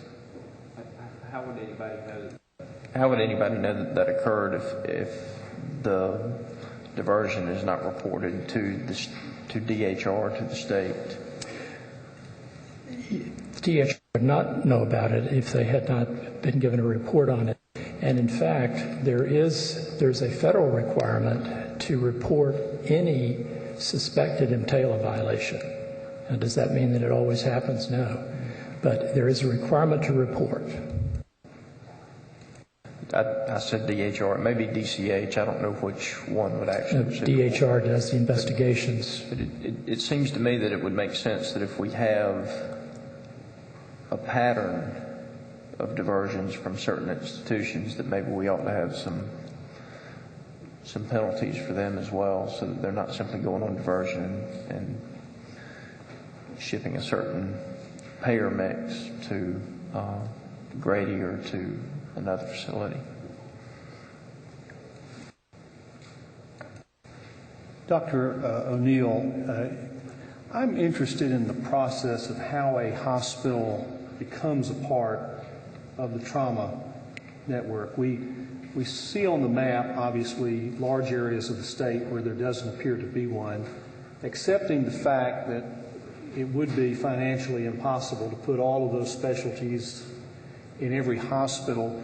I'm wondering, have you thought about what the optimum number is for the state? If we have 15 in the system now, how many do we actually need? And what is the process for a hospital becoming a part of our existing network? We've actually studied this for the last 3 years under a federal grant, a HRSA grant for trauma system development. And essentially, the general consensus of the committee that's been working on this is that we need approximately twice the number of trauma centers that we currently have, roughly 30. And it's not so much the number that's important as the geographic distribution of those facilities. What we've done also on that committee is we've looked at trauma care that's being rendered at non-trauma centers. We've worked with the Georgia Hospital Association on discharge data to identify ICD-9 codes that would suggest major traumatic injury and where it's being treated. And our view is that the most efficient way of enhancing our network would be to go to those facilities that are already doing a significant amount of trauma care, that have competent staffs to deal with all aspects of trauma, to convince them or to attract them to become trauma centers. Many of them hold back from becoming trauma centers only because they are afraid of the potential increased amount of uncompensated care that they think they would receive if they became a trauma center. The folks at Floyd, I think, verbalized this very well when Dr. Henderson and I were talking to the medical staff. They said, you know, Doc, by having that trauma center sign, it's like a beacon. It just brings all the non-paying patients to us. That's a perception. I don't know that it's real, but it's a strong perception. And I think that if, in fact, we had some way of assuring those hospitals that are doing trauma care already in areas where we need additional trauma centers, that they are not going to encounter overwhelming financial losses, I think we very quickly would have 15 more trauma centers that would willingly come aboard and support the network. The way they would do that, the actual methodology is any hospital that is interested in becoming a trauma center applies to its regional EMS council to be a trauma center. If the council deems that there is a need for a trauma center in that particular area, they forward the request to our office. We then set up a site visit to that particular hospital. Basically, we give them a lot of data first as to what's necessary to be a trauma center so that they know what they're going to be asked to do. And then we take a trauma surgeon, an emergency physician, a trauma coordinator, and 1 or 2 members from our office to the trauma center to do a site visit, to look at what they have and determine if they seem to have the capability of being a trauma center. If they meet the requirements that are set forth in a document provided by the American College of Surgeons on optimal care for trauma patients, then we recommend designation for that facility.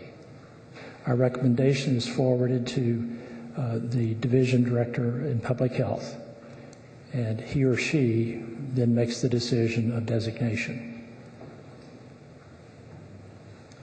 Any other questions? Dr. O'Neill, we talked about the number 1 being in funding, and these doctors that are called out all hours of the night and they know when they get out they're not going to be compensated. In any way, possibly a state coming up with an insurance premium policy that they could have the hospital funded, and then the doctors be assured they would get that money. It might make them a little bit easier to get out of bed at 2 o'clock in the morning. Yes, I think it would certainly make it easier to get out of bed if they knew that they were going to be reimbursed. Again, the issue, I think, is going to be the economic feasibility of it, though. Even if there was a possibility of an insurance policy to be purchased by the state, at state expense, to pay the hospital in these unfunded unfunded cases where nobody had the money to pay it. I certainly think that would be one approach that could be looked at. Yes. Any other questions?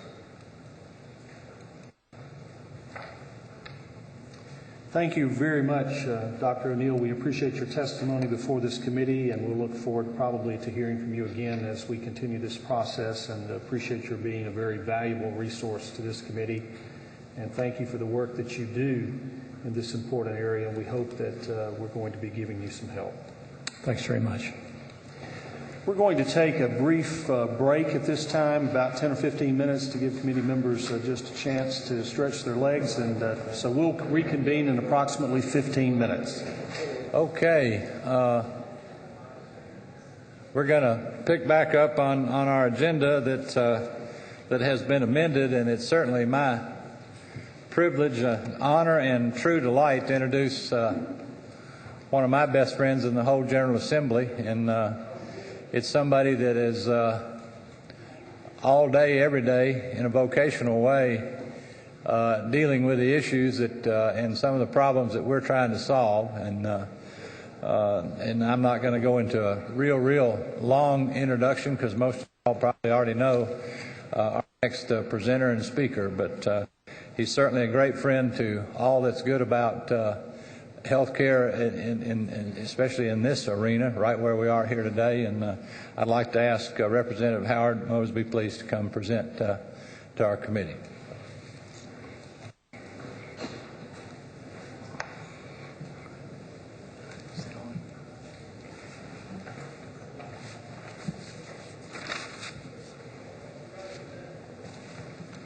Thank you, Mr. Chairman, members of the committee.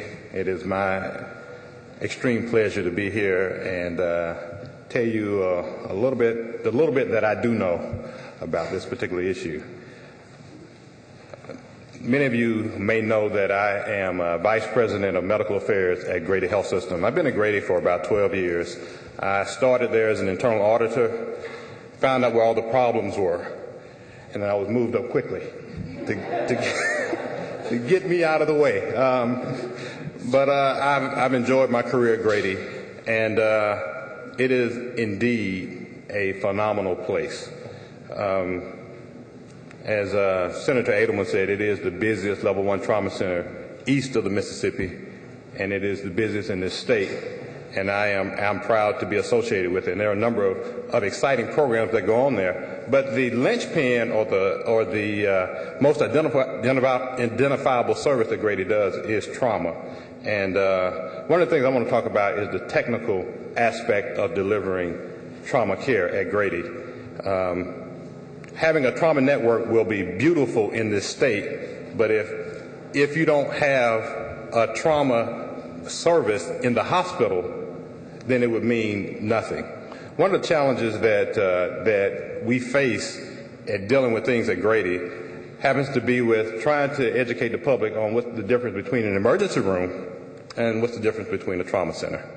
And in an emergency room, you're looking at broken legs, back sprains, broken ribs, lacerations, and concussions. But in the trauma center, you're looking at multiple fractures, paralysis, punctured lungs, stab wounds, brain injuries. These are some substantial things that we do, and you have to have a slew of professionals to be able to deal with that.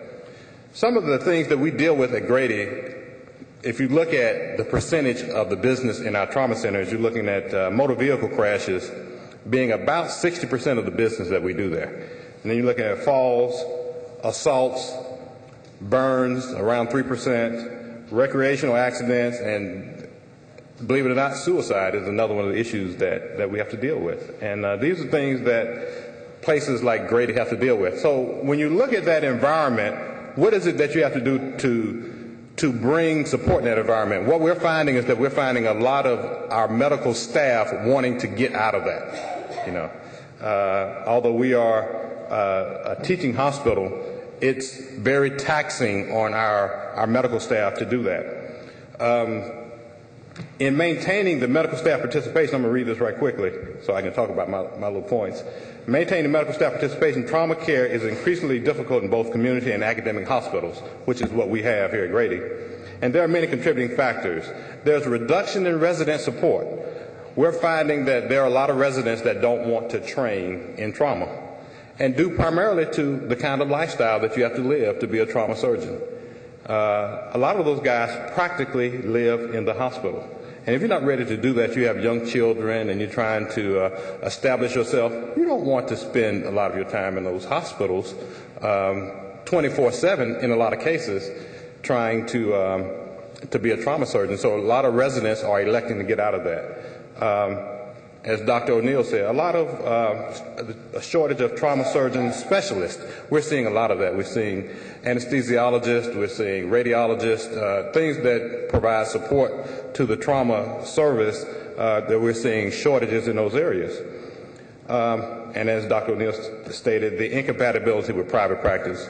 Trying to get doctors in private practice to support the trauma service is becoming increasingly difficult. As a matter of fact, there are the on-call charges that doctors are charging hospitals is becoming outrageous. And when you set up this trauma network, you'll find yourself down the road having to bankrupt that network just to pay doctors to be on call. So that's one of the things that we got to look out for.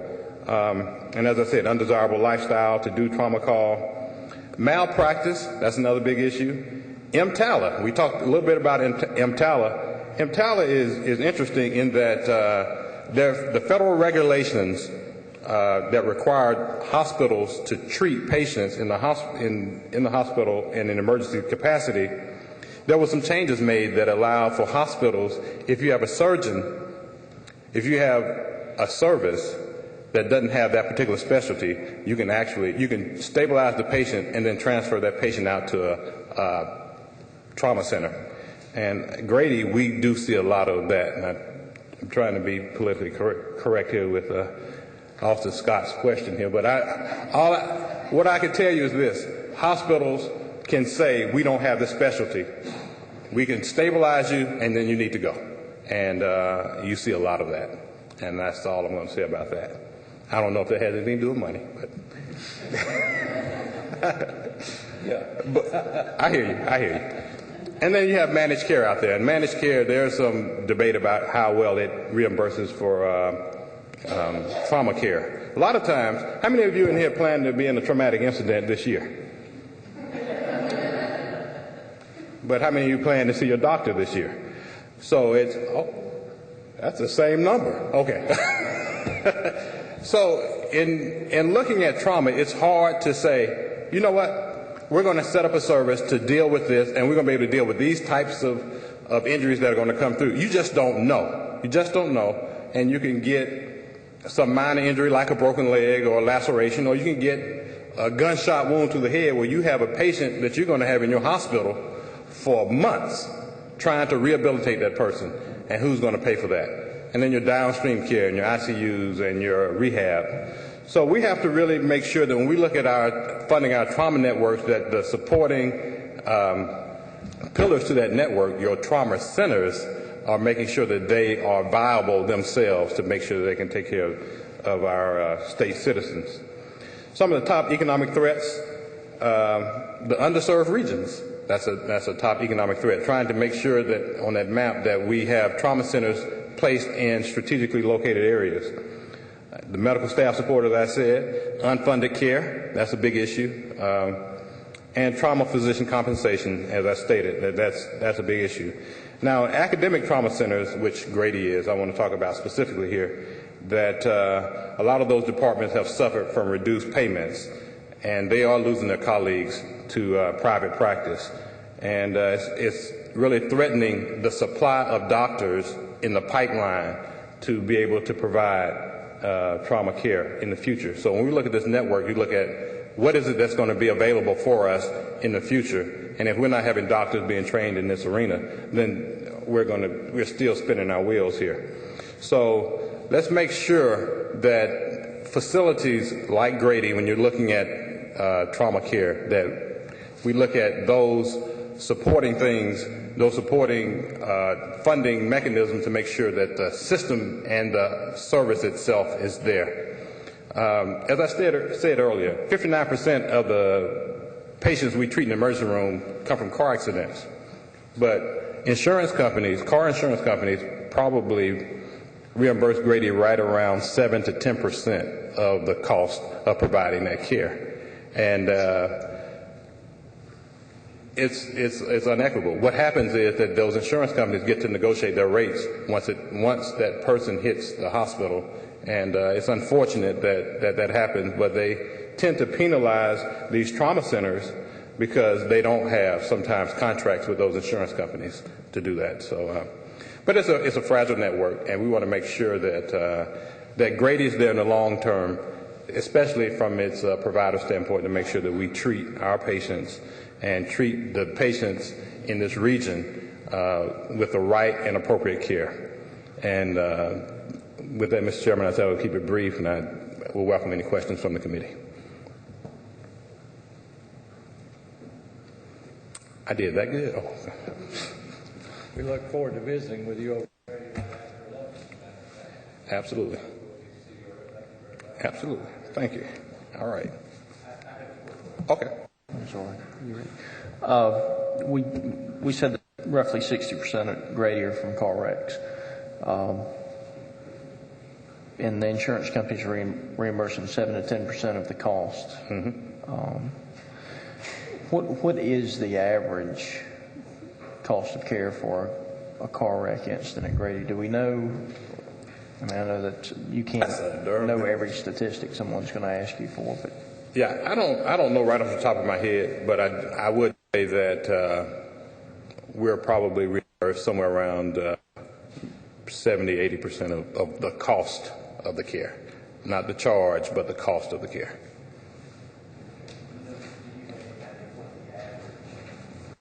Cost of care would be, I guess what I'm getting at is med pay limits and things that.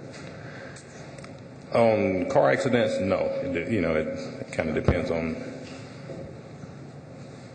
if it's a rollover. Sure. I don't have that information in front of me. Senator. Thank you, Mr. Chair. Thank you, Representative Mosby. Can you talk a little bit about how the establishment of a statewide trauma care network and the addition of new trauma centers to the state would benefit the existing trauma care centers, and especially Grady, by taking some of the pressure off Grady? Thank you for the question. I personally believe this, that if you look at Metro Atlanta has half of the state's population in it right now. There's only one level 1 trauma center, and that's at Grady Hospital. Now, I'm going to say this as a piece of commentary. Shame on the other hospitals for allowing that to happen. They profit. I want to stand back, but I think that they profit off of the fact that Grady is here doing that kind of work. I think putting together a statewide trauma network, you begin to start, as Dr. O'Neill said, looking at what areas are going to handle what specialties at what particular point in time. So it's not all put on Grady right now to do all of this in this particular region. And so I see that network helping Grady be able to divest itself of some of handling a lot of the trauma 100% of the time in this particular region.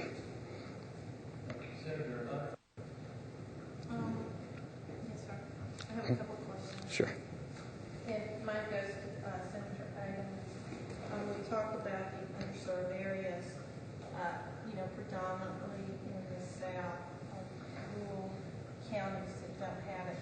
But yet, I represent a county that has almost 800,000 people.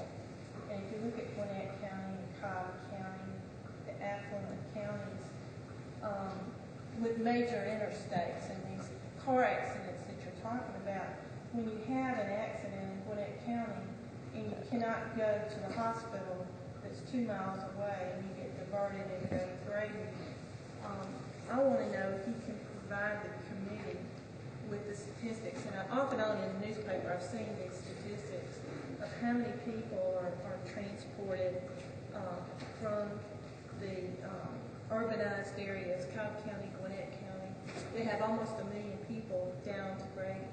Can you give us those statistics? I don't have them off the top of my head, but what I can... You can provide them to the committee? Absolutely, absolutely. And we know that the cost or the amount of uncompensated care that we're providing from the metro area is substantial, in the tens of millions. So, and we can provide that information to the committee so that it can have that. The other question I have is, if you look at these counties, if you look at Cobb County, Gwinnett County, Fayette County, this is the area right where they're building the new hospital, Johns Creek. This is where these subspecialists are living. Mm-hmm. So what is the excuse for these hospitals in this area that have the medical staff that they cannot be trauma 1 care?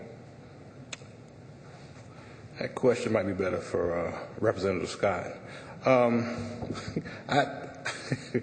think that, as I stated in some of the points that I made in the talk, that trauma is not easy, and it really goes against having a normal lifestyle. And when you dedicate yourself to being a trauma surgeon and getting in the trauma business, that you dedicate yourself to saying, at any point in time, I put my life on hold, and I'm going to treat patients that come through the door. And there are a lot of physicians now, and this is a different generation of folk that are coming up now that want to have a higher quality of life, and they're not willing to make those kinds of sacrifices. And one other question. I grew up here in Atlanta, and when I was growing up, if you had an accident, you automatically went to Northside Hospital. I lived on the north side of town. And how over, I don't know if you can answer this, a historical period, did Northside, it became like a labor delivery, a profit-making facility. Why did it not stay in that trauma emphasis? I mean, is there a reason? Well, they were making more money in labor and delivery. You're absolutely right. What happened in the mid-'80s was that trauma became, it came into light. You remember, trauma came out of the Vietnam era, and a lot of the docs that came back out of Vietnam wanted to set up the same type of triage systems in hospitals. And during the 80s, that specialty took off. And because we're an academic medical center at Grady, a lot of the docs wanted to train in trauma, and we got a specialty or an expertise in that area. At the same time, reimbursement for deliveries shot up, and it looked interesting for those hospitals to say, look, let's take on OB and do some of the deliveries instead of doing some of this other work that we were getting marginally reimbursed for. And so I see hospitals like Northside jump into the arena, St. Joe's and Cardiac, to say, we're going to develop those product lines instead of going after trauma.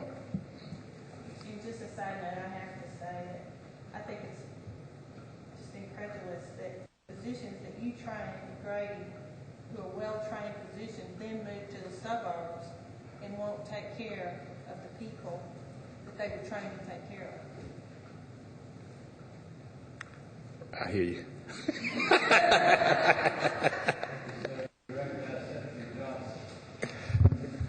Thank you. I want to ask you this question, but I'd like others, as they address this committee, to address it also. Is there a relationship, as we study CON, between CON and the ability to provide trauma care, and if not, should there be? I get to weigh in on that one. One of the threats to the trauma, to attracting people into trauma, is doctors that can go into ambulatory surgery centers and do that type of work, cosmetic surgeries, sports medicine, things of that nature. And as they are able to set up their practices close to hospitals like Grady, you'll see less and less of that type of business come through the door and more of the uncompensated or poorly compensated services go to the hospital, in my opinion. I don't have any facts on that, but that's kind of how I see the lay of the land. How does that affect on the CON debate? I am a legislator, and I just, right now, I don't really see the correlation. I hear you, I understand the question, and I have to think a little bit more about it to give you a fair answer.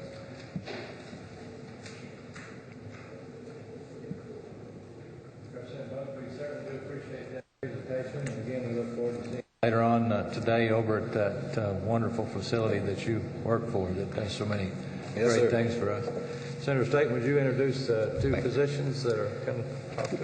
Our next presenter is Dr. Carlton Buchanan, and we invite him to come forward. Of interest to Chairman O'Neill and myself is the fact that he was born in Warner Robins, Georgia, at the Warner Robins Air Force Base. That's a very impressive credential in and of itself for those of us who serve the districts down there. He attended the University of Florida for his undergraduate work, College of Liberal Arts and Science, and then the Doctor of Medicine degree from the University of Florida as well.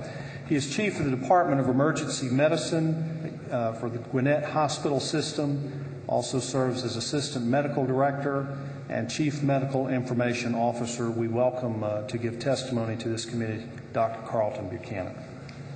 Thank you. If it makes any of you Bulldogs feel better, my wife did go to Georgia, so it kind of negates some of the Gator issue.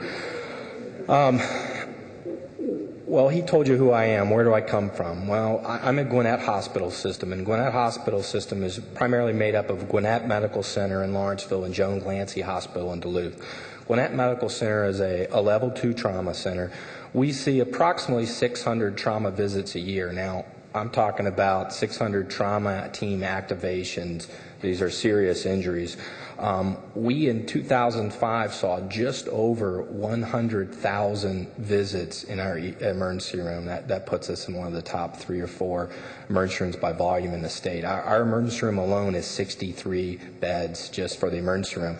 Unfortunately, we only have about 188 licensed beds to take care of those patients. So when we talk about CON issues, I'd be happy to talk about that. In 2005, we did just a little bit over $40 million in indigent care, and that's cost, that's not charge. So just to keep it in terms that people are familiar with. We rarely go on diversion, and fortunately, we rarely transfer people down to Grady. We're lucky in that.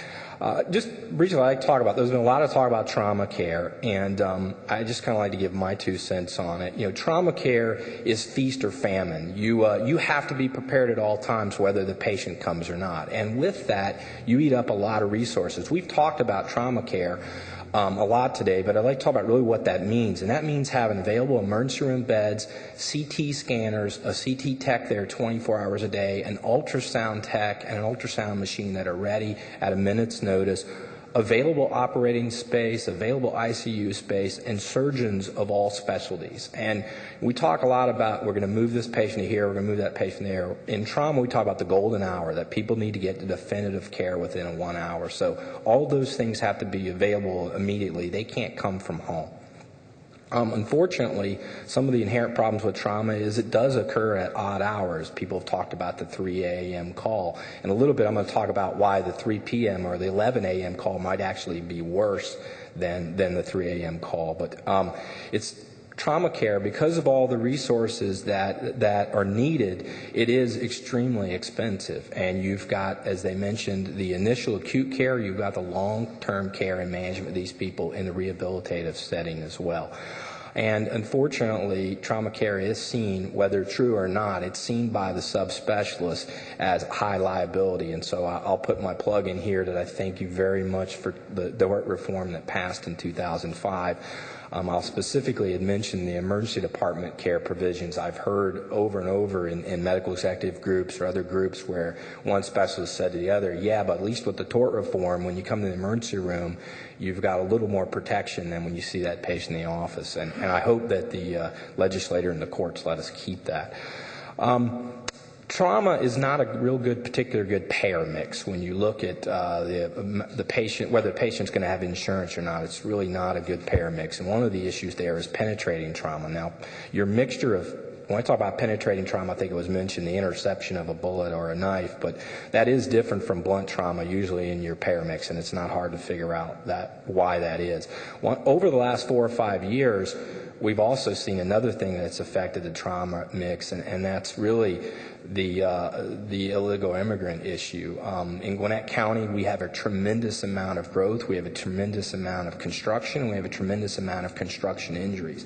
And the reality is a lot of those people are illegal. And I joking that when I hear that somebody's fallen 20 foot, and they say, if we call the trauma surgeon, I say, if you call the translator, because that's really the truth most of the time, that you need a translator. And unfortunately, that particular patient population doesn't fall under workers' comp and doesn't have a health insurance. So that's a big problem. One of the issues with trauma care is it really requires a special expertise that really cannot be provided at just academic centers. We've all seen that map up there. We know how many academic centers in this state there are. We also know geographically how big this state is and how many people are there. And it just can't be covered by just academic centers alone. It would be great if it was. There's lots of residents there. You've got people that are in-house 24 hours. It's part of the mission. You've got people that are happy and excited when they see a patient that they know they're going to get to operate on 6 times in the next year. That's not the way it really works in the community setting. And unfortunately, people have got to be, trauma care is going to have to be delivered by the communities as well. And the problem with that is it's not optimally managed by the general surgeon, orthopedist, ENT, or plastic surgeon. And this is not to speak disparaging of any of these people. I've learned this over the years from them. What happens is a guy gets out of his residency in let's say, plastic surgery, and he's just done all the big cases, done all the tertiary stuff. He's fired up for anything that first 6 months and happy to take it. 5 or 6 years down the road, that person's developed a community practice of plastic surgery. And now they're faced on a Monday morning or a Saturday night, it really doesn't matter when, but somebody who's got multiple complex facial fractures that may need 4, 5, 6 hours of surgery, and it happens to be a surgery that they haven't done in 4 or 5 years. That certainly presents some angst for people. So you've got to look at how are you going to train people. There are specialized courses that people go to do traumatic orthopedist, plastic surgery and general surgery, but that takes time and it takes money and it takes commitment. It's just one piece of the thing that makes trauma care difficult. This has been touched on a lot today, and I'm really happy, but there's one thing, if you guys take away one thing from me, it's that I'm selfish. I'm here because I've got 3 kids and a wife and other relatives that live in this state, and trauma care is about all of us. And we all like to think that if we have a bad injury or, a brain tumor or a heart problem, we're going to research on the internet and find the best specialist at the best place. When you get crunched, either going to Disney, on 75 on your way to Disney World, out on 316, going to one of the Georgia games in a couple of weeks, your trauma care that you're going to receive then is going to be determined by the commitment that local system and local physicians have made, and you better hope that it's a good one. That's the one thing that I think we need to take away from this, because the helicopter, it's glamorous with the helicopters and everything, but it's a lot of times they can't fly, and when they're called, they also are eating up that golden hour. You want to get to somewhere where they've made a commitment to take care of you. And we can talk about what a commitment really requires in a minute. Tom mentioned to me I was told I need to talk about some everyday problems. Now, I'm an emergency room physician, so I see trauma patients, and my job is to stabilize them, identify their injuries, and get them to the appropriate specialist to take care of them. And I kind of joke at that point that I'm sort of a salesman with a not too good of a product when it gets to that point on the phone. kind of top-down problems for me definitely is one of these is the lack of statewide coverage. I thank you guys for SB 565 and all the process that you're undergoing. I think covered in those gaps is great. I like what Dr. O'Neill said. We add 10 or 15 trauma centers. What I'd like to see is that map up there, and each hospital has kind of a radius that's their catchment area, and someday all of those areas being covered with a little bit of overlap instead of big areas that are uncovered right now. There's been talk about developing a trauma system. I think right now we need to stabilize the trauma system. It is, somebody mentioned the word fragile earlier, and I don't think that is, I think it's probably about the best description that I could hear, because if you look at the numbers of trauma centers, it's going down. And the first thing we need to do is stabilize the existing trauma centers and make sure they're fully functional. And I'll show some examples. And then move to expanding it, because this is a fragile system that I think it's in pretty rough shape. As I mentioned, the finances of trauma is a problem. Trauma is a money-losing venture. If you want evidence of that, look at the current 15 hospitals that are trauma centers. There's, to my knowledge, and somebody can raise their arm and correct me, but there's one for-profit hospital in there, and that's North Fulton. And I don't know if you hear from them. I applaud them that they've been doing trauma care for a long time, and they're in it to make money. But I don't know of any other hospital that's for-profit that's doing that. One of the biggest problems that I deal with day in and day out is hospital overcrowding and diversion. There's no surge capacity. There's no surge capacity in this city, in this state, or this country. Over the years of managed care and tightening the budget, hospitals have just closed beds. And hospitals have closed, and they've cut their numbers of beds. At Gwinnett Medical Center, for the year, we have run 108% of capacity. So somebody calling and saying, do you have a bed, is just never an answer. We just don't. This is where that CON question fits in. I think if you're going to have hospitals that are going to go the extra mile to take care of trauma patients and be a part of that trauma center process, they may need to have some special leeway in getting CON, getting extra benefits from the CON system. I think if you want people to pay money towards that $250 million worth of uncompensated care, they got to be able to make it somewhere else to pay for it. Diversion is a big problem. I think that a minute ago we had it up there on the screen, the number of areas that are diverting. This is a big problem for us because patients are diverted from other facilities. We rarely go on diversion. We've made a commitment that if it's not for a specific person, a trauma surgeon in the OR or a neurosurgeon who's in the OR, we're not going to go on diversion because we're oversaturated. I'm hoping I'm not going to look up there and see us on diversion, but I think we spent less than 100 hours on diversion last year because of that commitment. But what happens is when you don't go on diversion, you're almost punished because people go to this list, and this looks pretty good compared to most days, and they start looking to figure out where they can divert. And I've had people come, via ambulance from Forsyth County all the way over to Lawrenceville, and actually even Cherokee County, because every step of the way somebody has been on diversion. So that's a big problem, because what happens is as more people take themselves out of the system, the people that are left carry an even bigger burden. The other issue is when you can't divert or can't transfer to other facilities. I've had numerous patients that have had spinal cord injuries that need to be stabilized and also need long-term management that when I called Shepherd as an example, they're happy to take care of the patient. They don't have any room to take care of the patient. We have, I think Dr. O'Neill mentioned transfer agreements. At Gwinnett Medical Center, we don't do open heart bypass, and I'm going to put a plug in for that later, but we don't do that. So we've made a transfer agreement with Atlanta Medical Center to take all those so that we can cut through the paperwork and we can move patients who have an aortic injury after a car accident who may need surgery in minutes to hours to get those people out quickly. Several months ago, we had a patient just like that, young patient, 18 or 20 years old.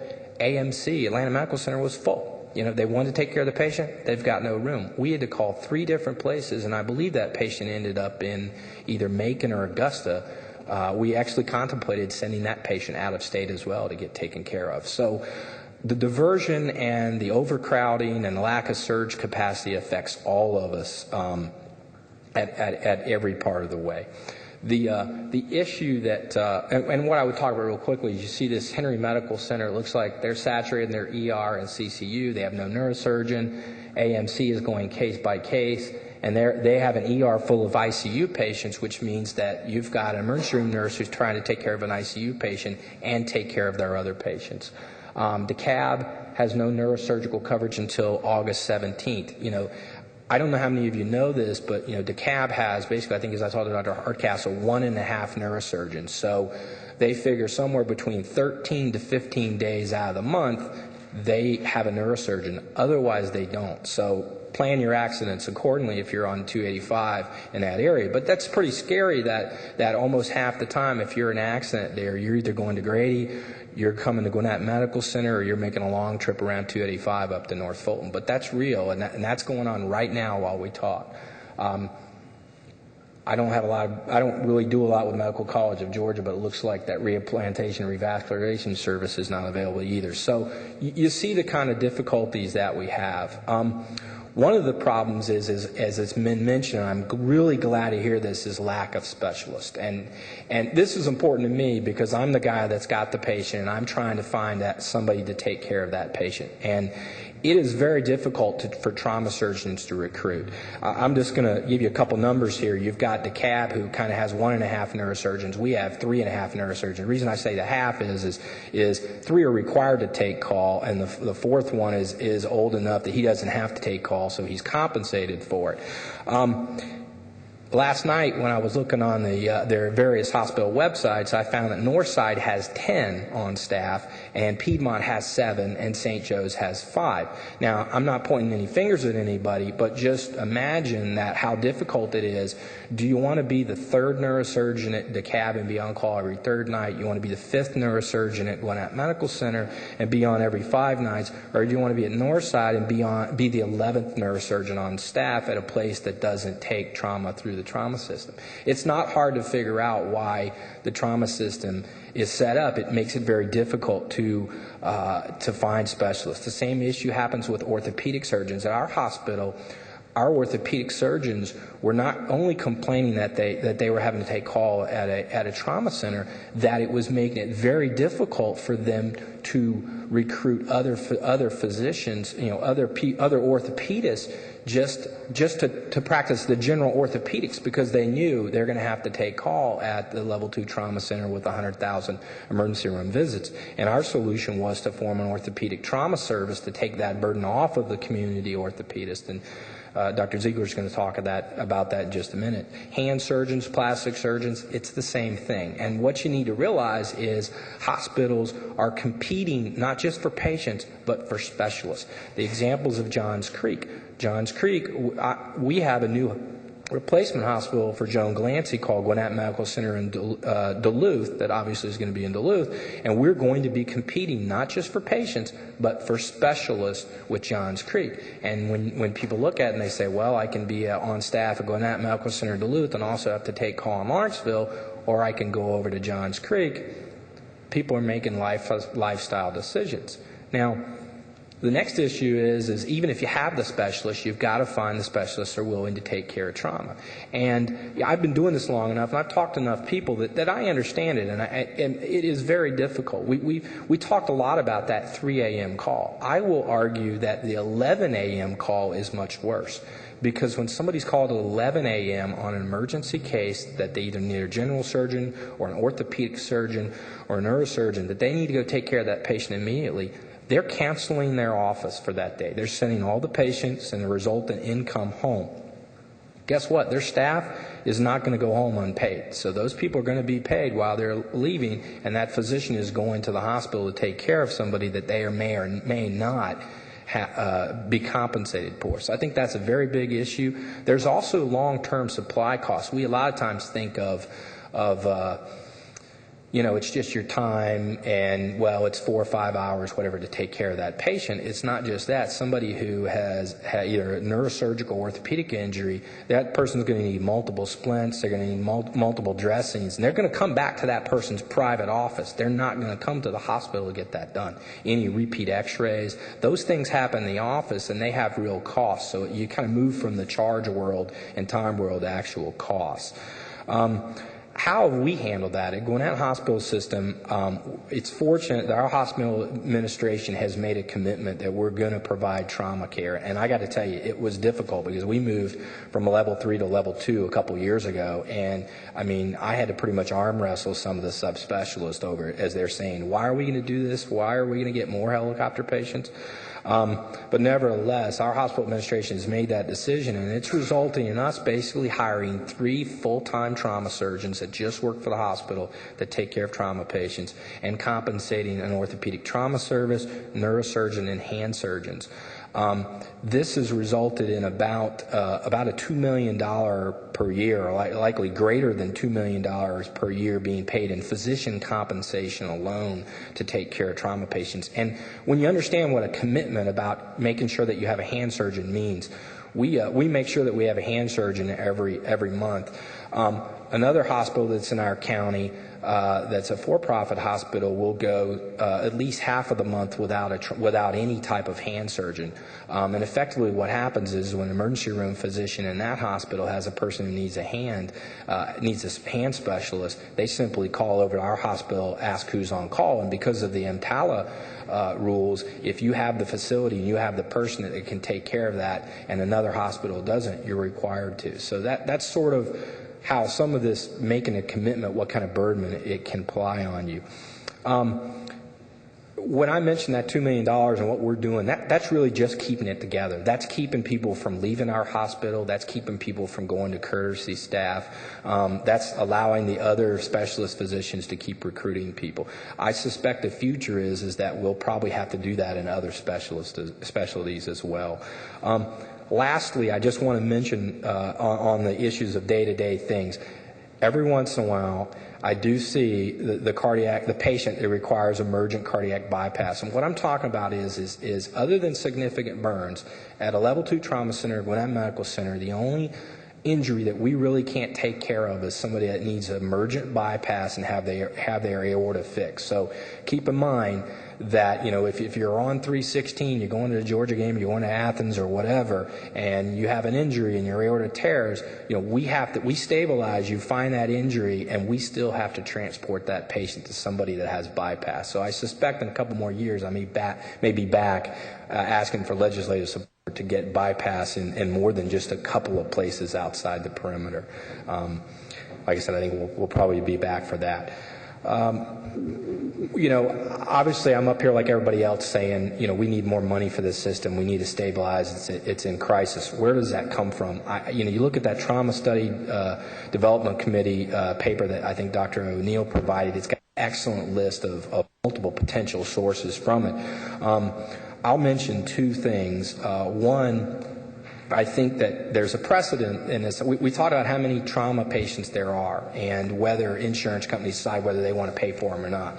In other situations, a legislator has said you're going to pay for mammograms, you're going to pay for vaccinations, and things that if you're going to do business in this state as an insurance company, you're going to do. I think that something that we could look at in the next session is making mandatory carve-outs for trauma activation fees. And what that is when somebody is deemed by American College of Surgery guidelines to be a trauma, we do a trauma team activation. That means that the x-ray tech stops and comes in the room, that I'm waiting in the room, that at least 1 or 2 nurses is awaiting in the room, that the general surgeon is notified, that the CT scanner is putting the next patient on hold waiting because we may bring that patient over, and that the ultrasound tech is probably pushing the ultrasound machine down there. A lot of manpower involved. When we do that, we do charge a trauma activation fee. That's a fairly significant charge.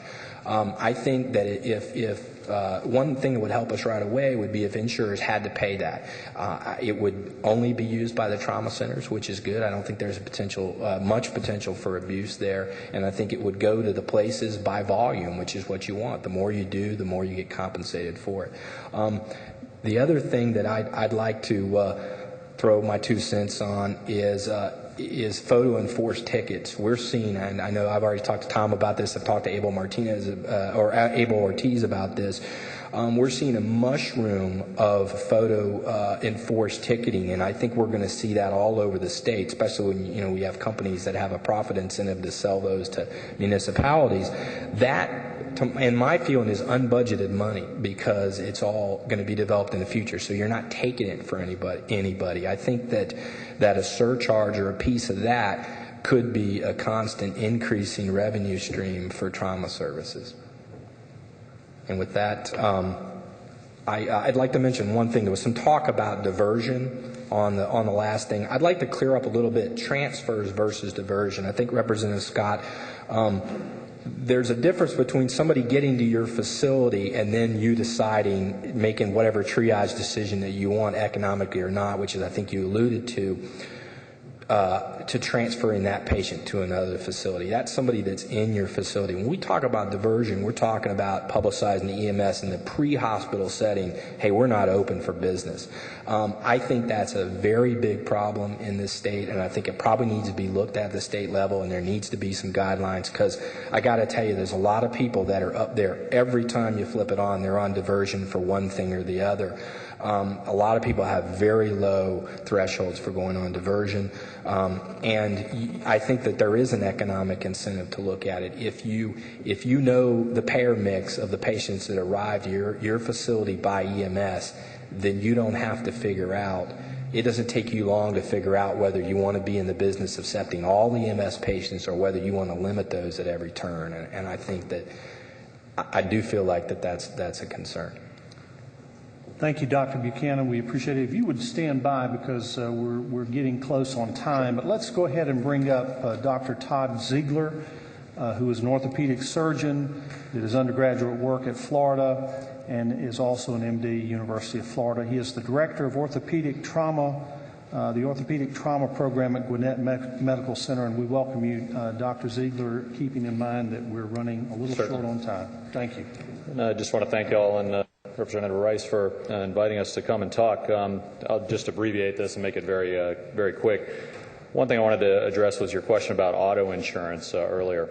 One of the problems we have with auto insurance is our patient population who tends to be involved in auto accidents is much more commonly the Friday night intoxicated patient who runs into a tree as opposed to the person at work going home on Friday evening. These folks tend to either carry no insurance or often the minimum, which is liability coverage for their passengers, people they hit, but not for themselves. So a lot of your auto insurance is not going to cover the care that is trauma. And when you asked about the hospital bills, those bills for a single patient who may have one or two surgeries, be admitted for several days, easily $25,000, $50,000. So $5,000 or $10,000 of med pay coverage doesn't go very far. What I want to do is just give a little perspective on what it's like to be a community physician at a level 2 trauma center, Gwinnett Medical Center, which Dr. Buchanan's been talking about a little bit, and the challenges we face there. In a community hospital, we're kind of talking about the fact that we're not an academic center. We don't have residents.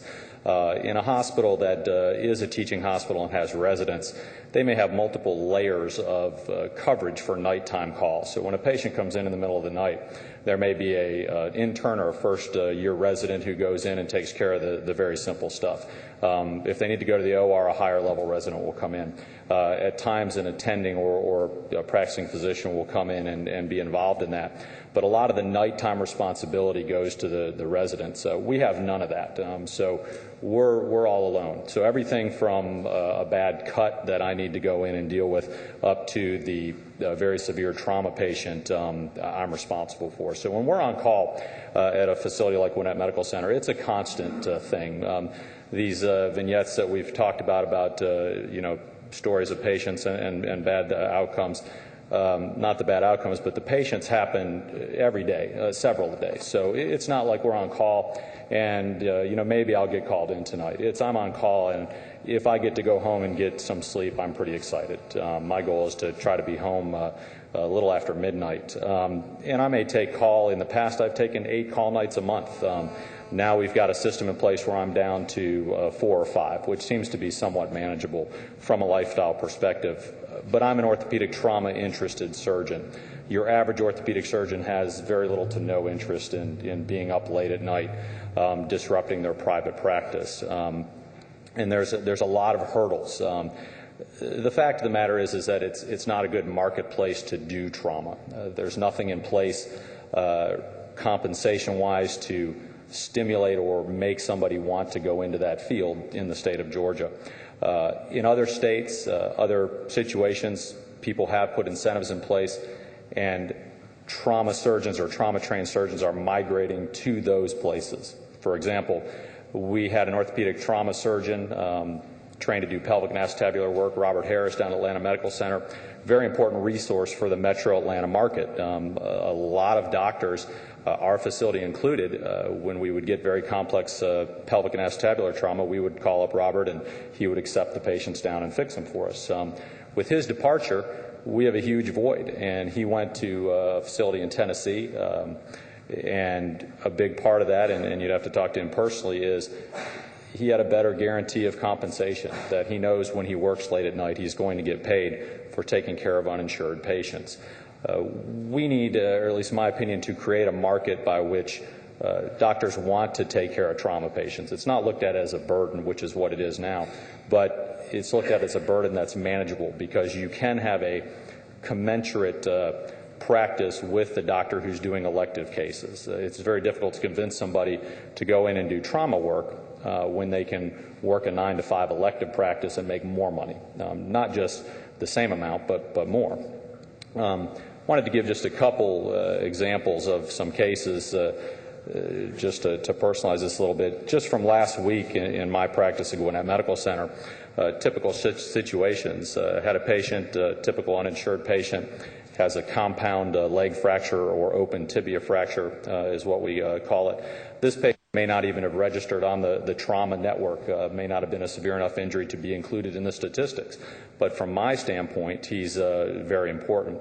I'm going to allude to something I need to say also is, when we talk about getting community orthopedists or other specialists involved in trauma care, it's one thing to coerce them in one way or another or incentivize them to come in and take care of trauma patients, but you also need to be aware that you don't want your general orthopedist who takes care of a trauma patient once every few months in there with these severe patients. At least that's not the optimal situation. You'd like to have people who are specially devoted to taking care of these things. And even though those folks may be in short supply and can't cover the emergency room every night, other doctors can do the initial work, transfer the ongoing issue to a subspecialist. And in orthopedic surgery, our problems don't end the night the patient comes in and gets stabilized and their life is saved by the other surgeons. That's when they begin for us. Patients may come in, may have their spleen removed, have lung injuries. The trauma general surgeons stabilize them. Then they turn them over to us to fix up their broken bones, which may be multiple. So we may be faced with multiple surgeries. We may be in a relationship with this patient for 1 or 2 years. And in the uninsured patient, we're actually paying to take care of this patient. When they come to my office, I'm paying to put the cast on. I'm paying my staff to take care of this patient, often with no recourse for reimbursement. Just going back to this scenario, a patient comes in with a compound fracture. Another orthopedic surgeon takes care of them, does a few operations on them. This leg gets infected. When this is a situation, you're talking about potential amputation of a leg with these kind of injuries. And these are not rare injuries. They happen all the time. So they involve me as the trauma specialist at our institution. And what I need to get this patient properly cared for is I need a plastic surgeon who's comfortable and good at doing free flap work, moving a piece of muscle from another part of the body to cover up this patient's open wound. Plastic surgery, very hard to convince somebody who can do an elective practice to come in and do 5- and 6-hour cases on an uninsured patient. So this patient sits in our hospital while I work to try to find somebody to take care of this patient. And this patient's my responsibility. I still am legally liable and ethically, in my opinion, liable. I want to get this patient better. So what I'm asking is to help us provide the resources to do that. Another similar case came in last week, an acetabular or hip socket fracture, very complicated injury. Only a few doctors take care of these patients. Dr. Harris down at Atlanta Medical Center would have been our typical referral place to go for this patient. Another doctor was taking care of him. Again, they asked me to help in the situation. We don't have somebody at our institution who can do these kind of cases. So they're sitting at our institution while we doctor shop, basically, to try to find somebody to take care of this patient. We would love to have somebody at our facility to do this type of surgery, but those folks, again, are in very short supply. And if there's no financial incentive to bring them there, they're not going to come. In fact, what they're going to do is they're going to leave like Dr. Harris did, to go to other states. My personal reflection on this, I've been working at Gwinnett Medical Center for 7 years now. I've done a lot of the trauma burden. I'm excited by the fact that we've started an orthopedic trauma program by which we're trying to address internally a lot of these issues. But we need help. We need financial help. And if we can get that, then I think there's a good future for what happens there.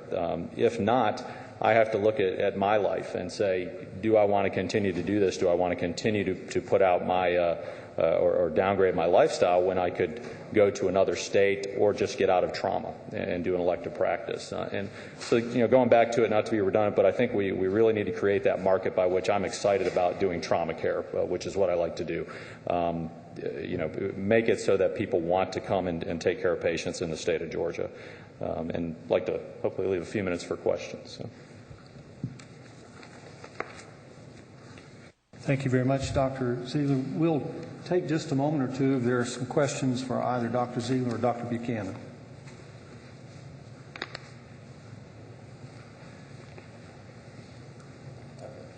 Sure. I've got a question. Primarily geared towards the emergency room and emergency room visits. What percentage of the emergency room visits at your facility do you think are non-emergency? We've broken that out, and it's probably around 25%. Now I'll stop you there because I probably know where you're going as to whether overcrowding, hospital overcrowding, and things like that are related to non-emergency use of the emergency room. I think that if you look at some of the national people that are talking, I think when you look at the data, that's not the case. The overcrowding of emergency rooms, time and time again, is related to decreased inpatient capacity. We have, as I mentioned, 63 beds in our emergency room, and we've had as many as 24 of those beds being held by patients who are admitted to the hospital waiting to get their bed. And you can imagine when you take more than a third of your efficiency and you lock it up and so you can't use that area, what happens to your hospital. And that is a big issue. If we were back up here in the wintertime, we would see that in almost every metro Atlanta hospital, that they're over capacity. And what happens is when you admit a patient to the hospital in the emergency room and there's no bed upstairs, they stay in the emergency room. My question gets more to how do we penalize non-emergency use of the emergency room, or discourage non-emergency use of the emergency room? One of the issues, one of the things that's going around, I believe Grady is now implementing, where people are briefly evaluated to determine whether they have a non-emergent or emergent problem. And if they have a non-emergent problem, they're offered care, but at a price, be it, I think the number I've heard they're going to use is $25 for in-county and $50 if you're out of county. I think that's one way of looking at it. One of the problems is with the EMTALA rule that we've talked about, is that you have to evaluate somebody and stabilize any potential emergency condition before you discharge that patient or refer them to somewhere else. And it takes time to evaluate somebody and decide whether they have an emergency condition or not. This question is for Dr. Ziegler. Well, first comment, thank you so much for what you do. As a trauma specialist surgeon, what percentage would you say of the patients that present to your trauma practice are uninsured? And what would you say? I've heard the number at Gwinnett alone, $40 million of uncompensated care, but then I heard $250 million statewide. That seems to be a little proportionate number, but could you give me some estimates from your experience as to the compensated percentage and non-compensated percentage, and also there at Gwinnett in its entirety?